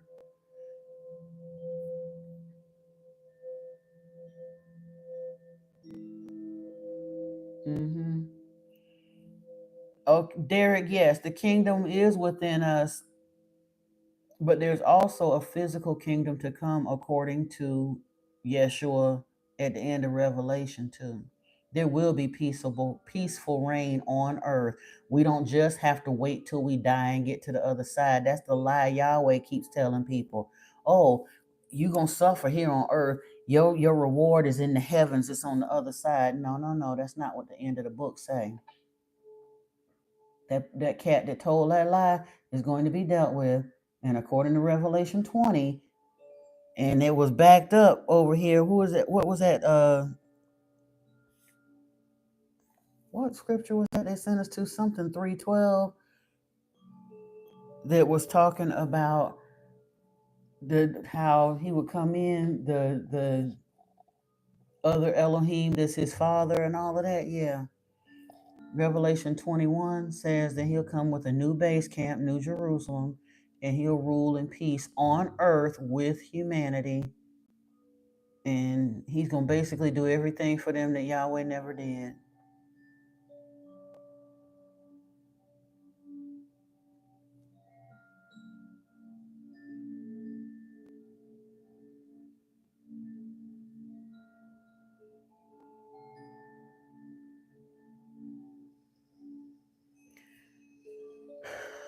So, you talking about why would he say no more sacrifice? Again, open your mind, brother or sister. There is more than one Elohim being talked about in the scriptures. One of them wants worship and sacrifice. The other one wants us to free ourselves from worship and become awakened and enlightened. I don't know how much plainer I can make it than that. Everywhere you see God in that Bible is not talking about the same being. There's two basic Elohim that are struggling for sovereignty. Now, the scriptures will tell you that sovereignty is the issue. Christianity will have you believe that it's an issue of sovereignty between Yahweh and Satan. They don't tell you that Yahweh is Satan. The true issue of sovereignty laid out in the Bible is between Yahweh and Enki. Enki does not want us to give him sacrifice. He wants our cooperation and respect, but he does not want our worship and our sacrifice. Yahweh does.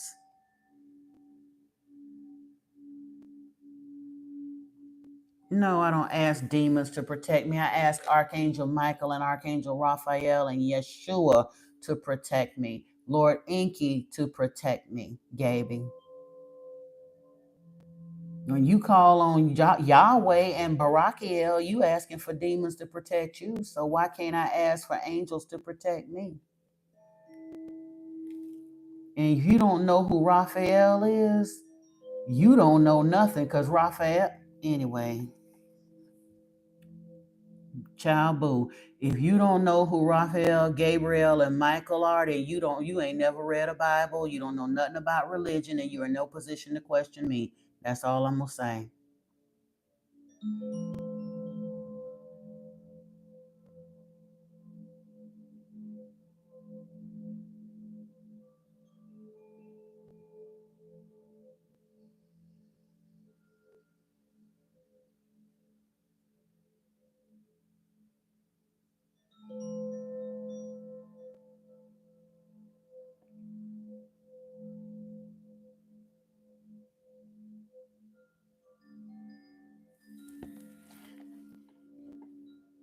If he said you a problem child for a good reason, that who knows? Maybe because honestly, like I said, when I didn't know any better, I used to call on Yahweh, or I called him Jehovah. But I was raised praying to Jehovah and looking out for him and all the rest of that. And it really didn't get to a point until about the handoff from Yahweh to Enki began about 5 years ago. But for real, the last conversation that Yahweh and I had was right there in the backyard about 3 years ago. I was coming out of meditation and I was, talking to Michael and had this whole Yeshua had been showing me some things and kind of guiding me some places in meditation. But when I was sitting outside and I had this conversation with Yahweh and I understood, and basically it was kind of like that whole thing in the Wizard of Oz. Once I understood what the difference was, it was kind of like the jig is up. He's not going to particularly protect me, but he ain't coming after me. His minions aren't either. I still do need to ask for protection. No, honey, that ain't no catch. Jehovah and Yahweh is the same exact person. He was not, Jehovah wasn't foreshadowing Yeshua. Yahweh and Jehovah is the same exact being. Christianity just remixed and renamed him to continue, basically to trick people in the whole world into worshiping Yahweh. The Jews was the only one worshiping Yahweh at one point, but after the Romans turned around and killed Yeshua, they saw that as a prime opportunity to push Yahweh worship into the world because there was enough people that still love the story of Yeshua.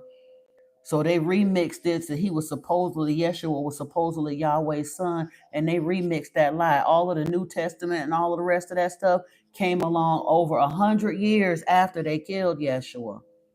Yahweh, your Jehovah, accepts sacrifice the same way that Yahweh accepts sacrifice because Yahweh is Jehovah.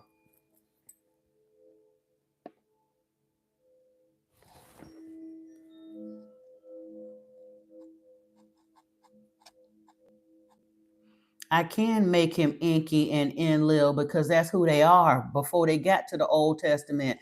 Do you not understand that the books that I'm referring to that's calling him Enlil and Enki is about 100,000 years older than this?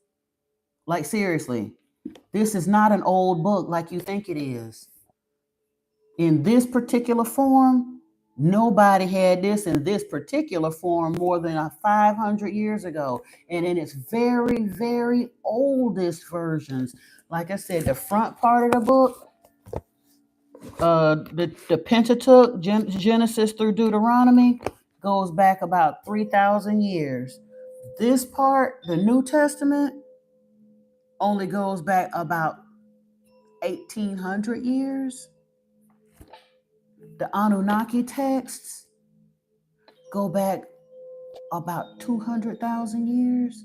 So you keep leaning on what the Old Testament say, but all of that other stuff that was gleaned, these are stories that was taken from much older texts. The Christians turned around and lied to y'all and told y'all this is the be all end all, but it's not. Shawnee, thank you. Please thank you for telling them. Yahweh was a war god. He was known as a storm god. For a while, he was a nomadic storm god. He's been a bunch of different things. He's also shown up as Dionysus. He's shown up as Janus, Bacchus, Zeus, Baal, Beelzebub. He's been known as a lot of different things over time.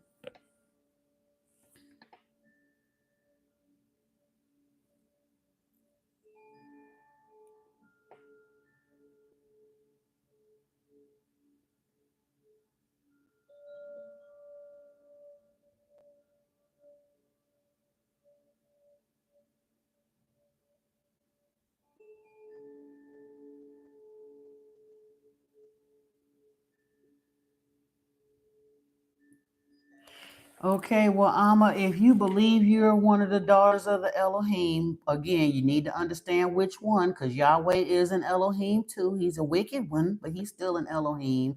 Just like Marduk was an Elohim, just like Isis, Inanna, Marduk, all of them are Elohim. But Lord Enki is our primary progenitor. Isis and Thoth were also on that team. They do have some of the Elohim have our good interests at heart, and some of them do not at this point. I don't think very much at all of the Nation of Islam, Shawnee. You talking about here in the again, Islam itself over across the water, Black Islam here, same difference. They worship Allah, who moves back.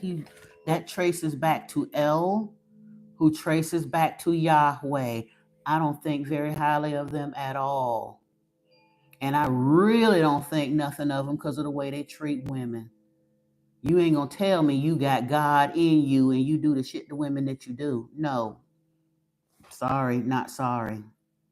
You can bow and scrape and pray 50 times a day on your little prayer mats. That don't make you holy when you turn around and set women on fire and turn around and talk about strapping weapons to yourselves and unaliving crowds of people in the name of your God and all that. No.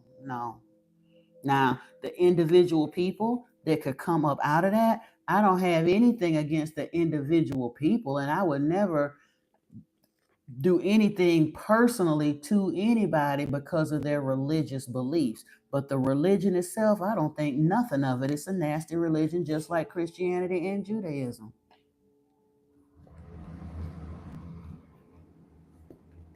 Because they worship a monster, which ultimately makes monsters out of them.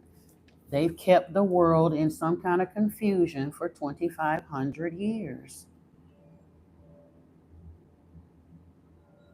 Christians don't have a problem with fighting and killing. Muslims don't have a problem with fighting and killing. Jews don't have a problem with fighting and killing. They need to stop all the damn fighting and killing.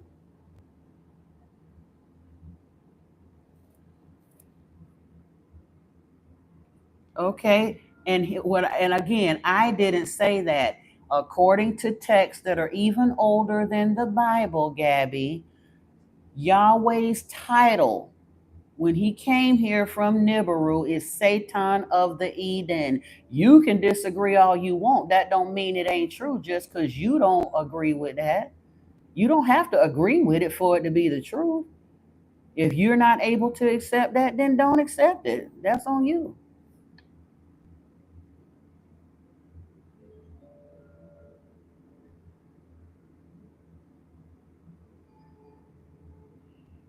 And again, Solar, you don't know what you just everything I've said here. You got something to say up against it. And again, all the tablets wasn't clay, but even if they were or weren't, you don't know whether they would or wouldn't. So it's older than the scriptures. That's all you need to know and worry about. So if you know that much, then you ain't got no business arguing nothing else that I said. But since you want to argue, you're going to either be ignored and or removed because I ain't got time or energy for that. You just came in. You really come in here to troll. You're not coming in here to add to the information. You want to add disinformation to this information. Create your own platform and go teach as much disinformation as you want to, but not here, okay? And I can't even be sorry for that. I've allowed you to basically low-key take over my house all day with your nonsense, and I'm just not going to continue to do that.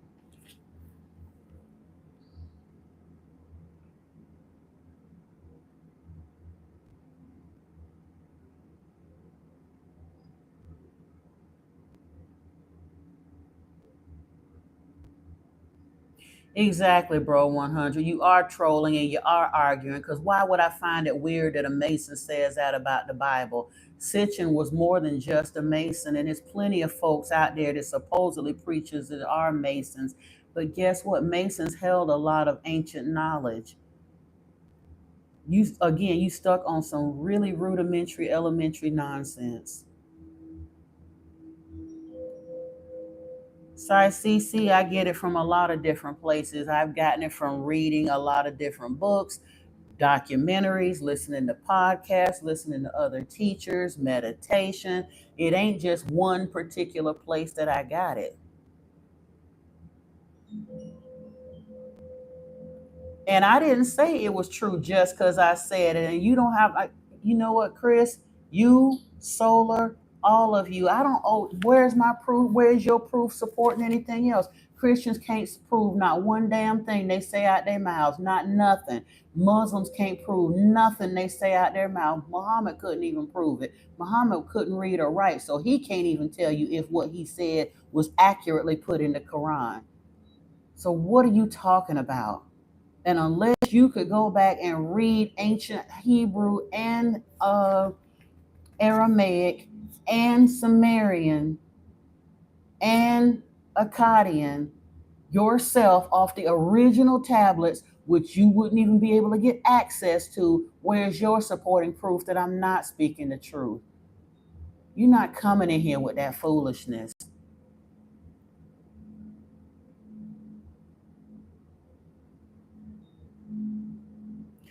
I don't think very much of African spirituality either, because most of it has started leaning back towards either religiosity or things that get so demonic, Shawnee, that yeah, it's just no need for that. Again, if Enki gave us the ability to turn our worship gene off, why do we still need to dabble with demons that can have you sitting there turning inside out, speaking languages, all that crazy stuff that they do? It may have started out from a good place, I don't know. But it's gotten so distorted over the years that I just don't have no patience for it. I really don't. I am respectful of like some of the Yoruban pantheon and the Loas and stuff, but will I mess with it? No, not on any level whatsoever. Because they do a lot of ritual stuff and the spell work and I from what I know and understand of real spirituality, one should not have to do all of that.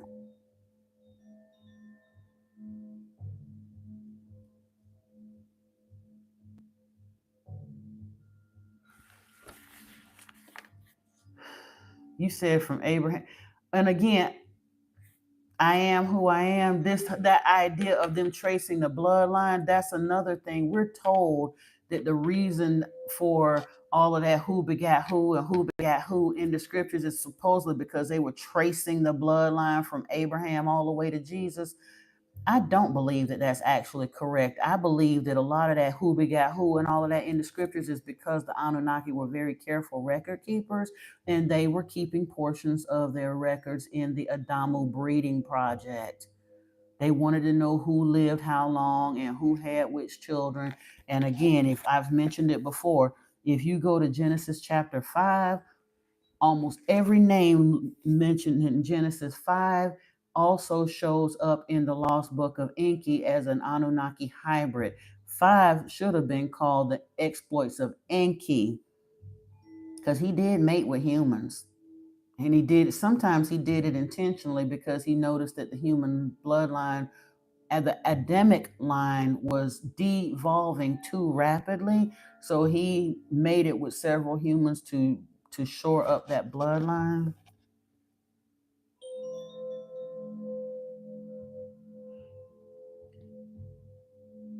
Okay, Chris, and I accept your apology. I appreciate it. You have no idea though. These people come in here and they come on the attack and they listen to something for 30 seconds and all night long I get, well, where do you get that from? And where do you get your information from? And I'm like, you ain't never cracked a book in your life, obviously, if you're challenging me like that. Not saying you're saying, but I'm just saying I've had that posed to me several times that night and I get it a lot. And truthfully, I probably stayed on about an hour longer than I should have because those types start coming out this time of night. And yeah. And truthfully, you do know. And Derek, part of what I didn't say is where my source comes from because I really wasn't in a point of wanting to argue with somebody that's wanting to challenge. I started meditating consistently in the end of 2016. By spring of 2017, I knew that some kind of transformation was happening. By 2018, I had come to understand that I was being led on the path of the initiate, and I started leaning into my intuition and kind of just letting spirit lead me as to what to look at, what to study, and all that. And a pattern that I noticed is I would see something in meditation I may not understand why it was true. I would just see something in meditation that I understood in my core was true. And then within a few days, a week at the most, I would bump into an article or a podcast or a book or a website or something that would give me some kind of a confirmation of what I'd already been shown in meditation. It'll give me the medical explanation or the scientific explanation or the spiritual, some kind of confirmation or some further research or reading to let me know that what I've been seeing was the real deal. In 2020, I started having a chain of all kinds of signs and stuff coming forth to me. And part of it, earlier in the summer, I reached a point where I could no longer deny my clairaudience. I started hearing things that I genuinely did not know the answer for and would have to go and look it up online to see if what I heard was true, and it was. So I knew I was hearing spirit. I wasn't just making it up. And once I realized I was hearing spirit for real, I asked if any of the ascended masters that were willing to work with me would make themselves known to me. And immediately, Yeshua, Thoth, and Saint Germain made themselves known to me. And that's when I started looking at things like the I Am discourses and Secrets Revealed and Beyond the Himalayas, Anna, Grandmother of Jesus, the Christ letters, all of those things. But I asked for my gifts to be open to me, and clairaudience continued to open. And I just was kind of, like I said, just following where Spirit was leading me to, and wound up absorbing an incredible amount of information.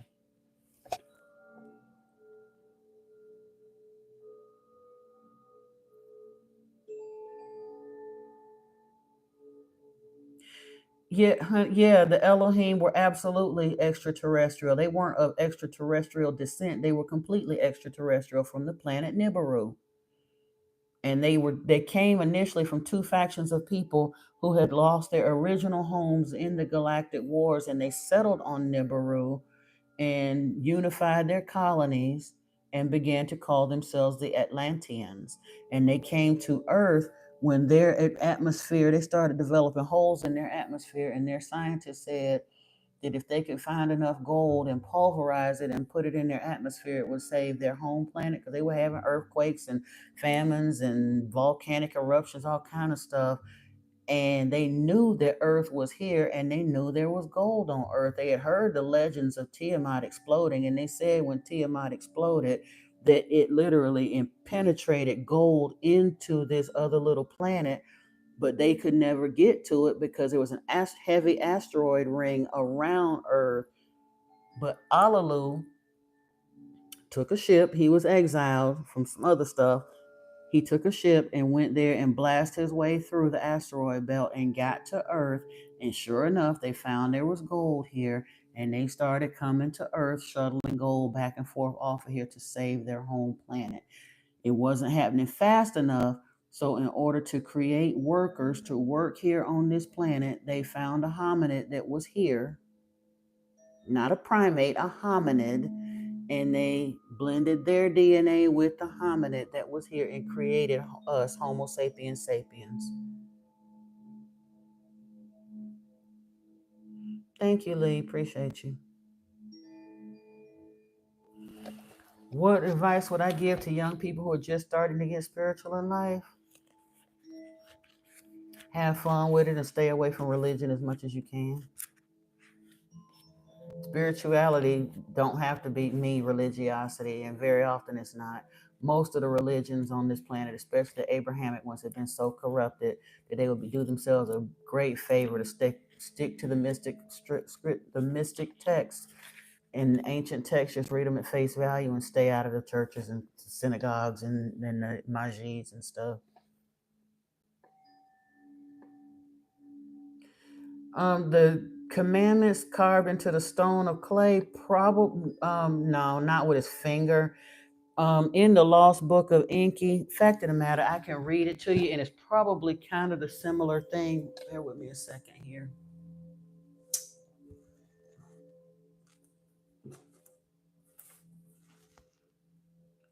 Hold on, where am I at?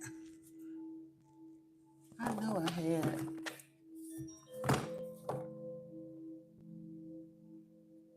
What in the world?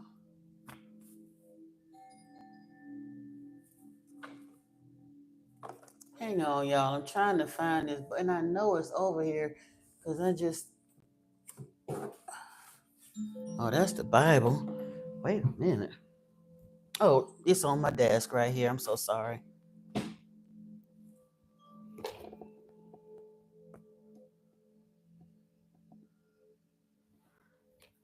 I don't know about no channeling dynamics. I'm not going there because and if I can look it up. In fact, I'll look it up to see. I'll write it down to see what we got, what I can come up with. But if I don't know what I'm talking about, I'm not gonna just jump into something just because somebody say. I ain't told nobody I know everything, and yeah, I don't know what you talking about. So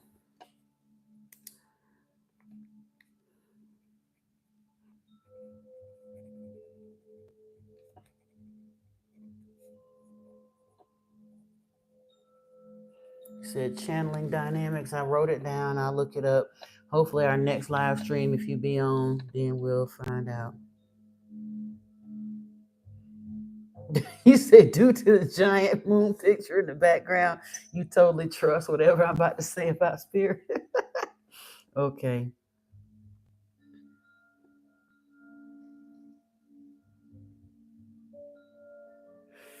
Well, guess what?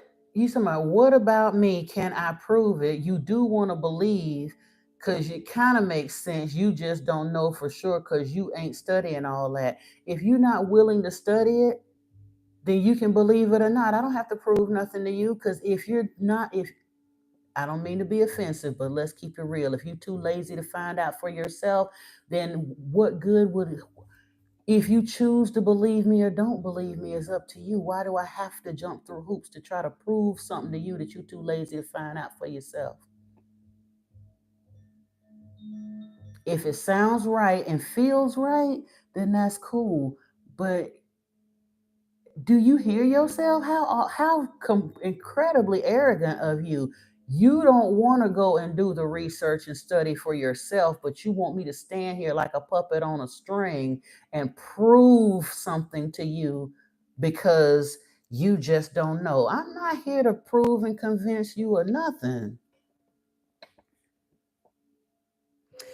CC, you can on the home page of this channel. If you go down to the bottom, you'll see an icon that says "My Other Channel." It's Anunnaki Oracle Priestess. If you tap it, it'll take you straight to that channel, and you can subscribe and set up, notifications, and then you'll be able to see when I go live. My faith's foundation. I was raised in a very, very, very strict Christian background. I was taught to read from the Bible by the age of 3 with a belt. Okay. I've been reading the Bible for 47 years. But when spirituality, when Yeshua started coming to me clairaudiently and taking me on a different path, giving me different insights about what the scriptures actually meant, and taking me to other texts so that I could get further information, and then showing me other teachers who had more information to expound on it. Paul Wallace has been a godsend for me. He was an archdeacon in the Anglican Church in Australia for 33 years. He was literally a teacher of priests. And the things that I've been shown and what I'm learning would line up with his teachings and what he's come to understand through going through many translations of the Bible and ancient texts as well. So my faith's foundation is in the fact that I can read with comprehension and I got good sense, and I don't have to continue to believe in nonsense just because some preacher somewhere told me that when I was a child. That's my faith's foundation. Hey, Roz Rodriguez. Do I believe in the do I? Not really. But again, I'll look it up, see what more we can come up with. I don't believe, I believe in looking at it and talk about stuff.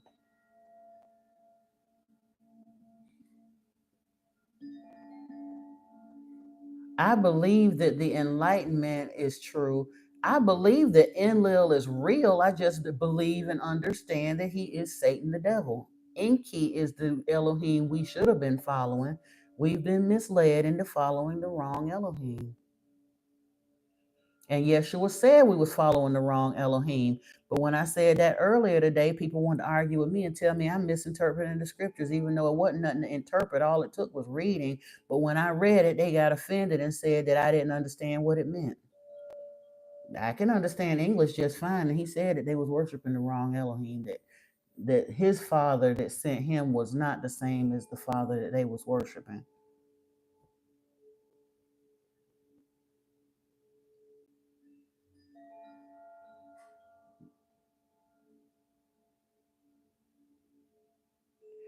I mean, we're a carbon-based life form. You said our DNA is 70% water. Dom, you on your way up out of here. That much I can tell you. We're not doing that here. I believe in Yeshua, and I understand what Christianity talks about as Jesus, but I'm not Christian, so don't come in here with me with that.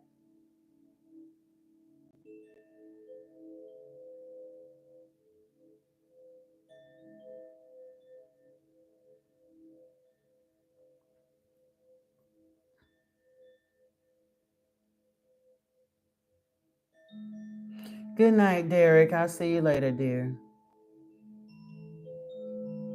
We talking about what am I, this modern mystic? I am a modern mystic. My other channel name is Anunnaki Oracle Priestess because I am that too. But yes, I am a modern mystic because I was led to occult teachings, and occult doesn't mean evil or satanic or witchcraft. It simply means hidden.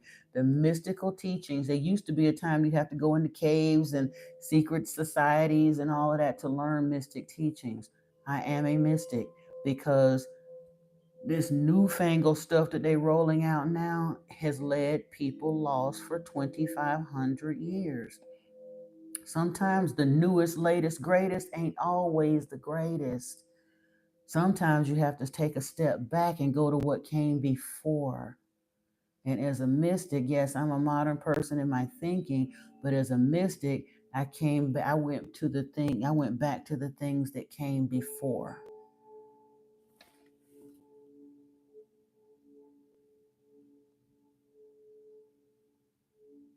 They are still watching over the earth to some degree, Amma, because they're still here energetically, even if they don't physically walk amongst us. But there's just been a lot of stuff that's been allowed to transpire because, like the scriptures say, there was a time when Yahweh was going to be released to do his thing, or the devil, they said in there, the Satan would be released so that he, do his thing, and then he'll be deposed. You said you don't want to challenge me. You just want to know if I'm right. Here, now, there it go. There it go. The Abrahamic religions, all three of them have this dogmatic idea that there's only one truth and you must get it right or you're going to be punished. That's so silly. First of all, if there was only one way to be right, they'd all be in a lot of trouble. Because there's over 45,000 sects of Christianity. I don't know how many sects of Judaism there are, but I know it's probably at least a dozen or two, and at least another dozen or two of Islam.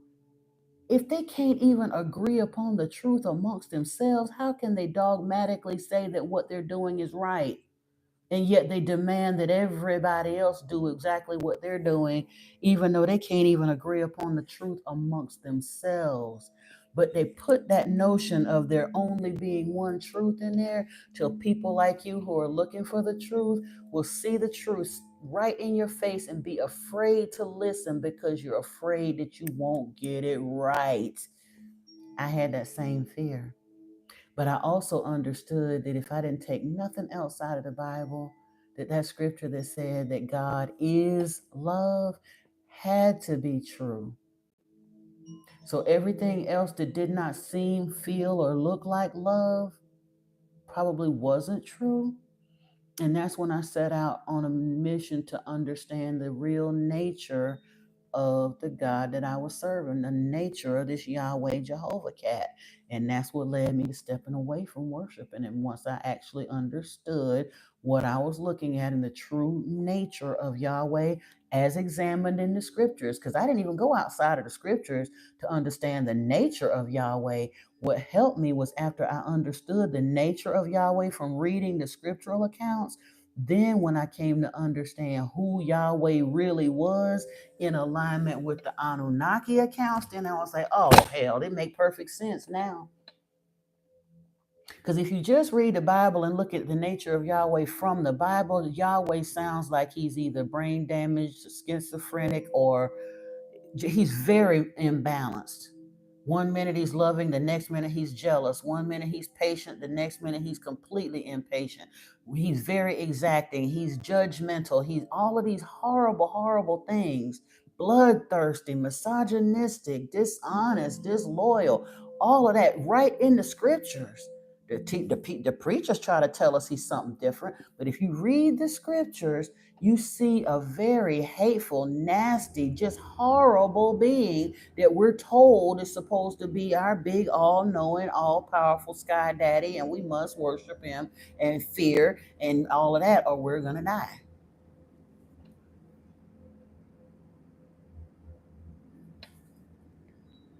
You said it would apologize what, CC? No, I said if you go, you'd have to go out of the live to my channel homepage and then scroll down to the bottom. On that home page, it should have a channel, but the channel name is Anunnaki Oracle Priestess. Hold on, I might be able to put it in the chat. I gotta open this my tablet. Bear with me a second. Hey, Foxy Doll, how are you? Adriana, thank you. Appreciate you.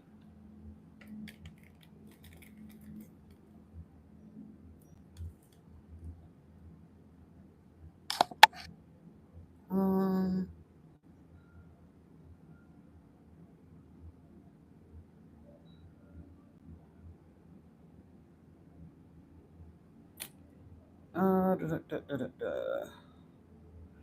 Trying to see something here. Hang on a second.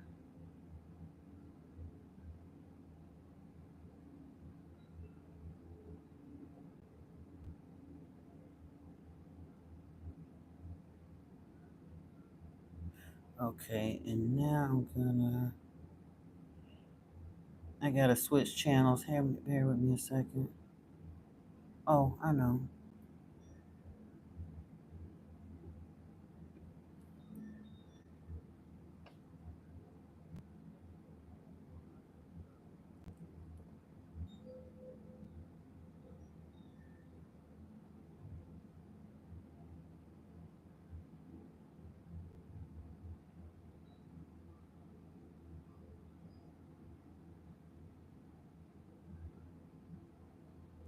Okay, give me a second. I'm trying to. I gotta turn this down.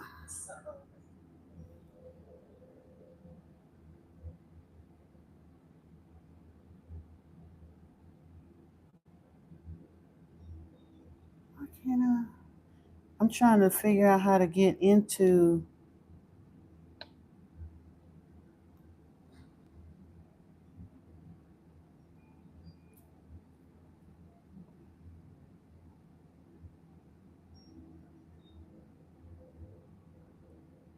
Oh, that's why. Okay.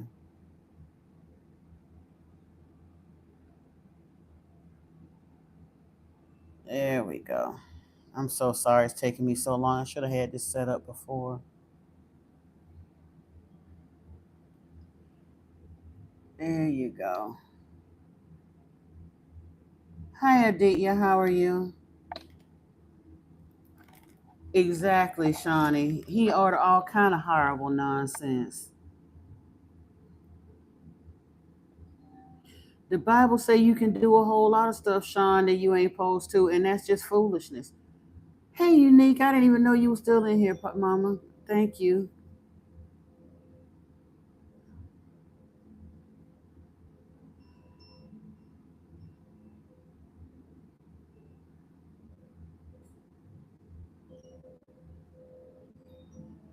You said they made your blood, which is melanin, from Tiamat and Kingu. No, they didn't make our blood from Tiamat and Kingu. And again, this is one of the reasons why I wanted to stick closer to the Anunnaki text, because by the time you get past the Sumerian text into the Babylonian stuff, they start coming up with all kind of fanciful tales. You can see the influence of Marduk and Enlil in that self-aggrandizing stuff that they come up with. Marduk and Enlil have no idea how we was made, because they didn't have nothing to do with the breeding program other than to make rules about how they wanted us to bow and scrape and serve. But no, our blood is not made from Tiamat and Kingu.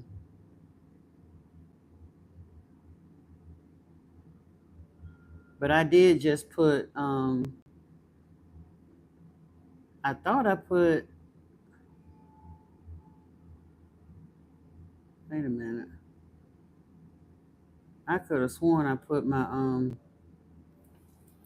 thingamajig in here.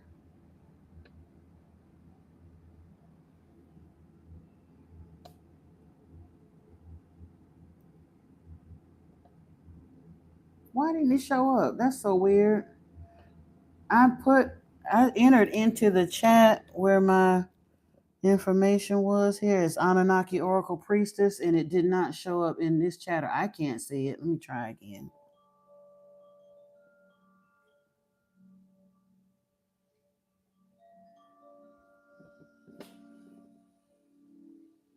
Yeah, it's absolutely not showing up, even though I've subscribed to myself and tried to enter it into the chat, because I can't type. I don't know why I can't put it. Nope. I did not want to do that. Ugh.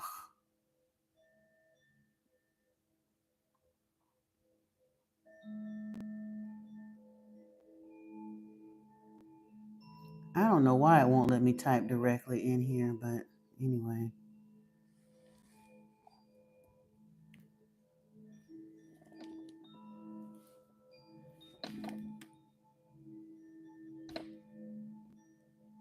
Unique, can you put the link for my other channel in there?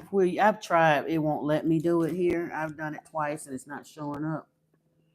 Marduk was a little bit less bloodthirsty than Yahweh, but Marduk was crazy. Like I said, he unleashed the weapon of terror on the earth and destroyed Sumer, Eridu, and Shurabak from nuclear fallout. He didn't do it intentionally, but he still did it, just because he was mad at his nephew or cousin or whatever. He didn't want him to become more powerful. You said God is love until you read this?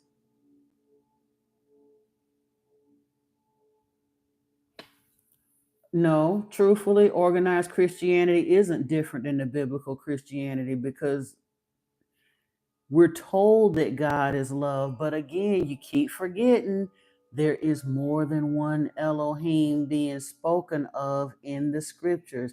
Yeshua tells us that his Father is love, but his Father is not the same Elohim that the Jews was worshiping that later became the Elohim of Christianity. That's the rub. That's the problem. I love Mauro Bellino as well. I didn't mention him because I know a lot of people don't have the patience to read a lot of subtitles, and a lot of his stuff is not in English. It is in Italian. But I do sit and listen to Mauro Bellino and read his subtitles. I love him too. I just mentioned Paul Wallace because Paul Wallace speaks in English, but they write in the same boat with the same paddle. Appreciate it, Shawnee. You know that I'm not just talking out the side of my neck, that and I actually have real sources to back it up.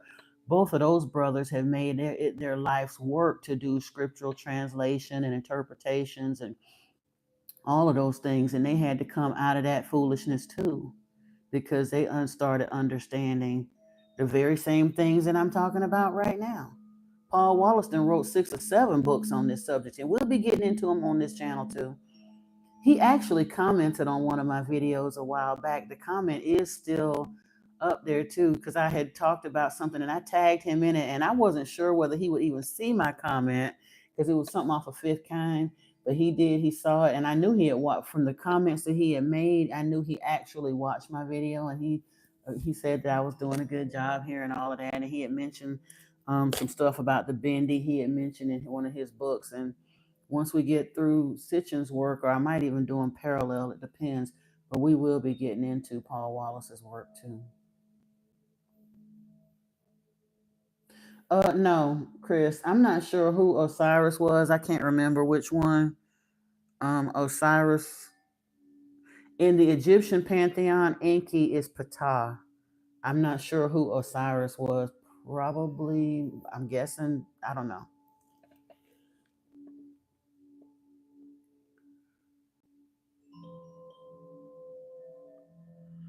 So I hit you with the spirituality angle. Growing up, you thought you knew everything, only to realize you know nothing at all. Same. Again, that's why I say I get passionate, and if I get a tone, I hope I don't offend anyone. Sometimes I do get worked up, and when I'll be listening back later, I was like, oh, I didn't mean to sound so harsh, but I get aggravated because I know how these people lied to humanity. I was so sincere. I've been baptized in 2 sects of Christianity because I was raised Jehovah's Witnesses, and I thought, well, maybe they just crazy and don't know what they talking about when I left there. So then I turned around a couple years later and got baptized in Liberty Baptist Church in Virginia. Twice been baptized, and then had to turn around and rescind my dedication because I actually started learning the real nature of Yahweh.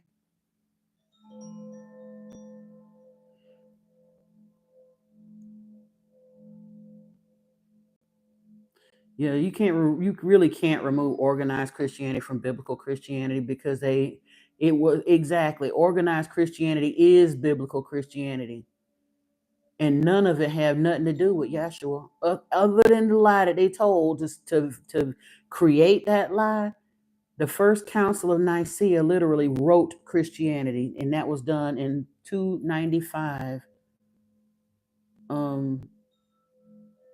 AD, almost 300 years after Yeshua was gone off the earth.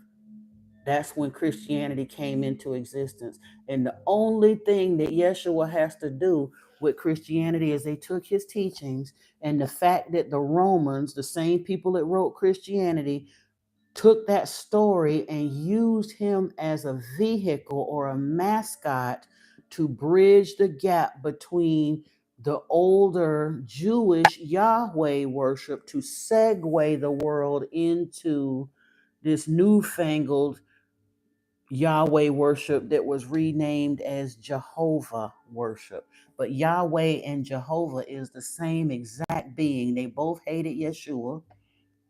They both hated humanity, but they needed a vehicle to sell Yahweh to the world. So they put this beautiful, beautiful Enkiite prophet, teacher, son of Lord Enki. That's the biggest irony of it. Enlil claims he gave his son, but he didn't. He organized the murder of his brother's son and then turned around. Like Hoover said, I have them N-words voting Democrat for the next 200 years. Basically, Yahweh and the Catholic Church did the same thing. Look at this. Not only, yeah, Enki, you thought you was doing something. You tried to take me down. I tell you what, not only are you not going to stop me, I'm going to kill you, boy. You set him in here to try to stop these people from worshiping me. I'm going to turn around. I'm going to kill you, boy. I'm going to put him in the name of the next religion, and I'm going to have these fools worshiping me and praising me and thanking me for the fact that I allowed your son to die for them for the next 2,000 years. Watch my smoke. And that's exactly what happened. That's what happened. Evil. Flim flam, a complete black mirror. What is good has been taught to us to be what is bad. What is bad is being promoted to us as what is good.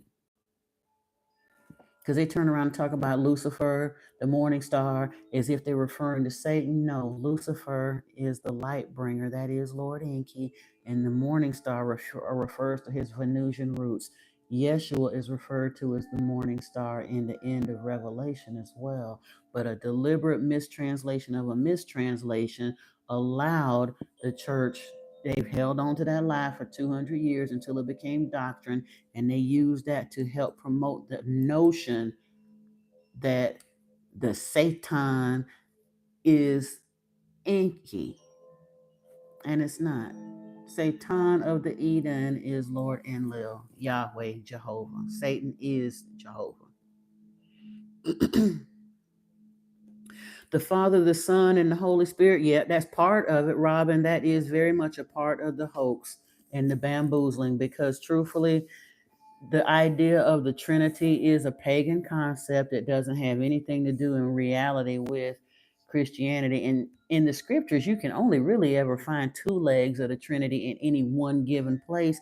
But if they were going to teach a real Trinity, it should have been the Father, the Mother, and the Son. But because they were removing the divine feminine out of religion and giving us this masculinated, misogynistic religion, they removed the feminine and it became the Father, the Son, and the Holy Spirit. But yeah, that's part of the great deception. This planet ain't gonna end, Adriana. If you a Christian, I don't know why you would even say that. The Bible says that He's given the world to the sons of men, and they will reside forever upon it. Now there will be another cataclysm coming. That's one of the reasons I have such a sense of urgency and I teach the things that I do, because they have said that there is another global cataclysm that will be coming. It is not at the hands of man. They cannot prevent it, but they can predict when it's going to happen, and they will preserve a contingency of humans off the earth so that once that cataclysm is over, they'll be brought back down and they will be the founders of new earth. The scriptures give us that kind of an indication, and the Anunnaki texts tell us that kind of sort of as well. And yeah, so hey, Cooker Degrees, glad to have you back.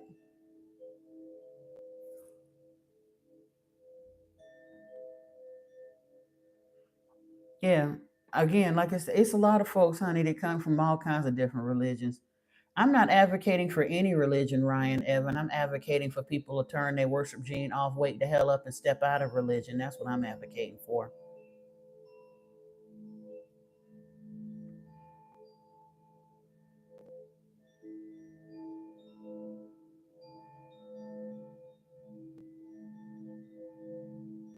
SMC 86. That's what I'm. Look, you talking about I need serious help. I'm trying to tell people religion is what's wrong with this world and pull them up out of it. I'm trying to help them. Yeah, Enki said he gave us a worship gene at Enlil's insistence, but he felt so bad about giving us a worship gene at Enlil's insistence that he gave us the ability to turn it off. And he's encouraging us to turn it off. You've seen it? Okay, awesome. See, and I understood that because Yeshua is back spiritually on the planet, that I'm not the only one that's receiving these messages. I know I didn't just make this stuff up. I know I'm not crazy. And I don't feel like I'm so special that I'm the chosen one. There's dozens, and eventually there will be hundreds or thousands of us that are getting these messages and bringing them forth as well. So I know it's not just me, but because I am one of the ones that was given the message, I gotta speak. And whether people like it or not, they keep coming in here and they gonna keep talking their trash, and I'll take as much as I can and laugh off the rest or block them when I have to or whatever. But it's been put to me as such a sense of urgency. I started getting messages. One, obedience is better than sacrifice. I kept hearing that. And then I kept thinking, being shown the notion of Jonah.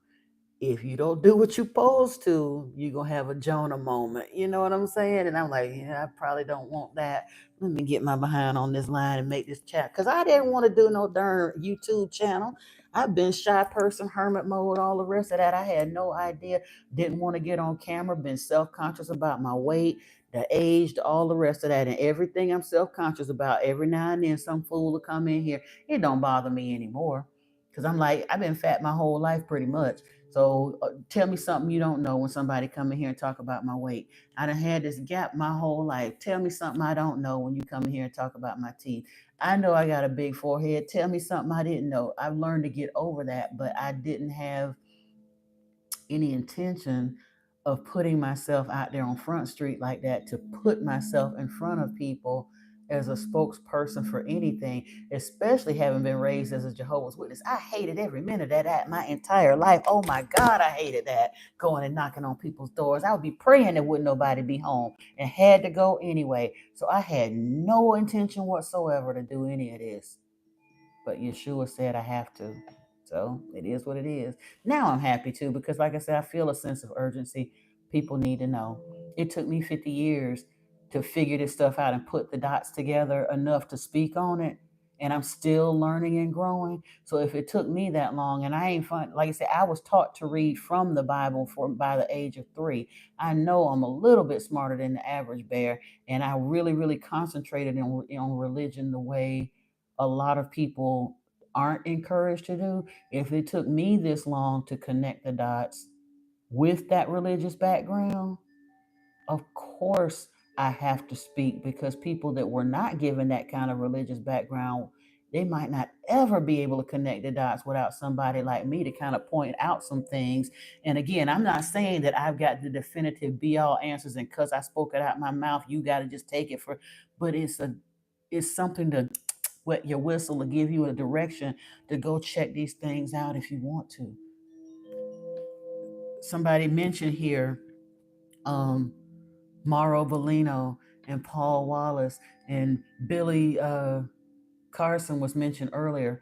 But how many people? There are people, plenty of. I mean, he is they're all very, very popular people to a degree. But you think about it, Paul Wallace's channel, between both of his channels, I think he got about 1.5 million subscribers. Billy Carson probably got a couple million subscribers. Mauro Bellino, I think, probably got 500,000 subscribers. But it's 8 billion people on this planet. So it's tons of people that don't know who those people are and what they're talking about yet. We definitely need to, people that are able to connect the dots have to speak on it. The sons of God marrying the daughters of men, rock on, gold dust woman, yes. But it's not the sons of God. It was the sons of the powerful ones, the sons of the Elohim, the El Shaddai. Those are the watchers. They were beings from Nibiru, not the kings and queens, not Enlil, Enki, Ninmah, and Thoth, but they were workers from Nibiru that were brought here to work the gold fields and stuff. And there was a way station on Mars. And when Marduk married Sarpanet, a human, the watchers saw it, and Shemjaza, the head of the watchers, spoke up and was like, well, this ain't fair. He get to do that, and we gonna take us wives too. But I'm scared if I go down here and do it by myself, then I'll be here wearing the weight of this. And that's in the book of Enoch. And I don't want to take the blame for this all by myself. So there was 10 of them, named Barakiel and Shemjaza and several other ones, that they were leaders of groups of 10. They went as representatives or whatever, and they all led their people, but altogether it was 200 of them that crashed, went down to earth shortly after the wedding of Sarpanet and Marduk, and they took women, and it did result in the Nephilim and the Agigi. And it talks about how the Nephilim was horrible. They overfished the lands. They ate up all the food from the humans. And once they ate the food from the humans, they started eating the humans. And once they ate up all the humans, they started eating each other. They were horrible, horrible, a scourge on humanity and on the earth, and they had to go.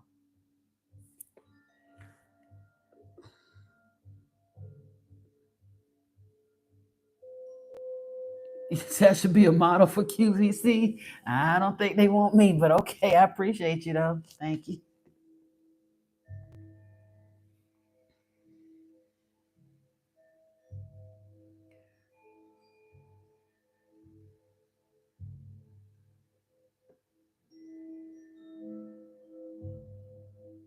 What are you talking about, Gabby? Can doesn't mean should. So you disagree with me because Yeshua never commanded anyone to kill our enemies, but to pray for them.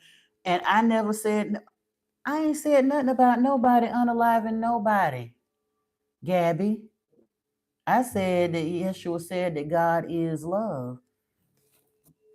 That's weird. You can go ahead and leave. Bye bye. The first, the last, what is you talking about? There's nothing wrong with this world, is the issue. There's plenty wrong in this world. What is you talking about? Oh, you talking about the destruction of the earth? Yeah, the people on it is the problem. It's not the earth itself, but okay. Hey, namaste. How are you? Salumio? Oh, thank you. Appreciate you.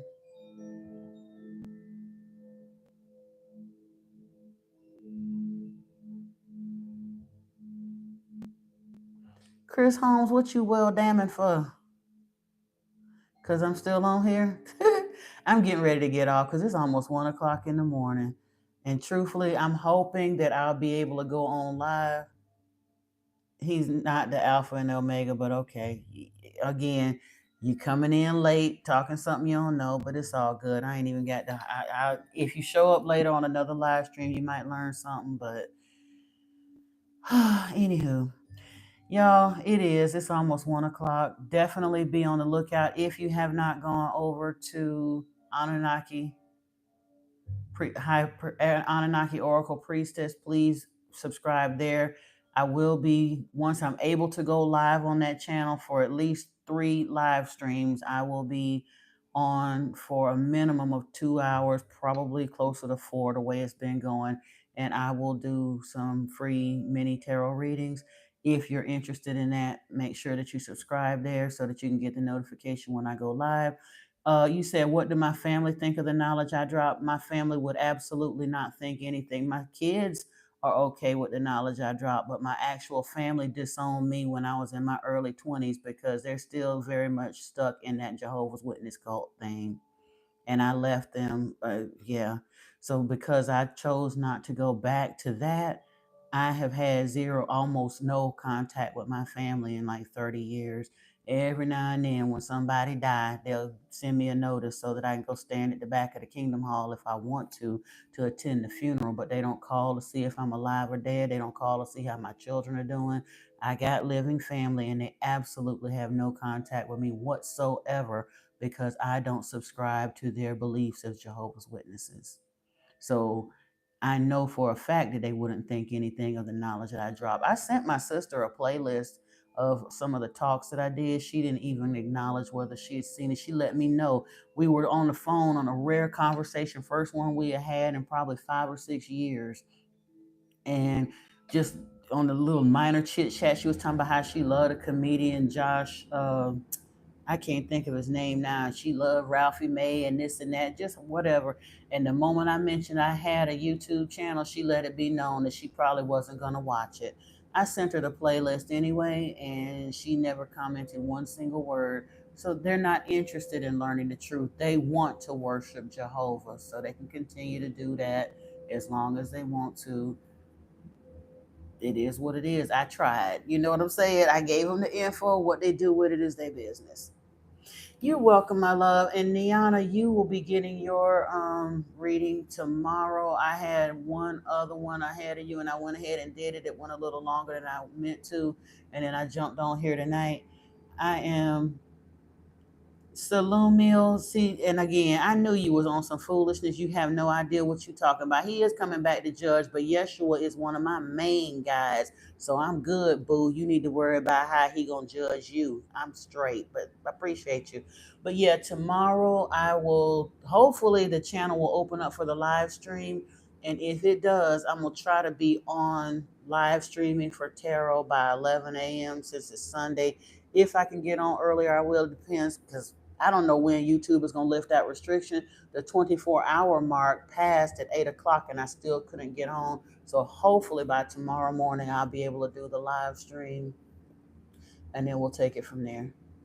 You're so very welcome. You're welcome. And I'll be getting further. I don't know. I got to get into some more in the book of Enoch. We got that coming up. And then next week, we'll be getting back into the 12th planet with Zechariah Sitchin. So there's a lot of stuff coming up. Definitely put on all notifications for both channels so you can stay on top of what's going on. And we'll get to it, folks. I appreciate you so much, those that hang with me. I love you ever so much. I'm not living a life of sin either, Salumi. You have no idea what you're talking about. Because I'm not spewing Christian rhetoric. You're coming in here. This is the thing that get me with hypocritical, judgmental Christians and all of the rest of that. They come in talking about Jesus is Lord and you need to repent and you got this and you got that. And they don't know you from a can of paint. They done sat there and gave the stuff that you put in here is what I'm talking about. When you talking about Jesus is coming back to judge the world he created, and even he created you too. What the hell is you talking about? Salumil. The Alpha, you talking about Jesus is the Lord, the Alpha and the Omega, the beginning and the end. Jesus ain't never called himself the Alpha and the Omega. That was some of that Yahweh self-aggrandizing stuff. Yep. Exactly. I ain't finna argue with this person no more. We done had a good evening. We're gonna end on that note. I love you, love you, love you. Peace and blessings to you. Namaste. And I'll see you tomorrow.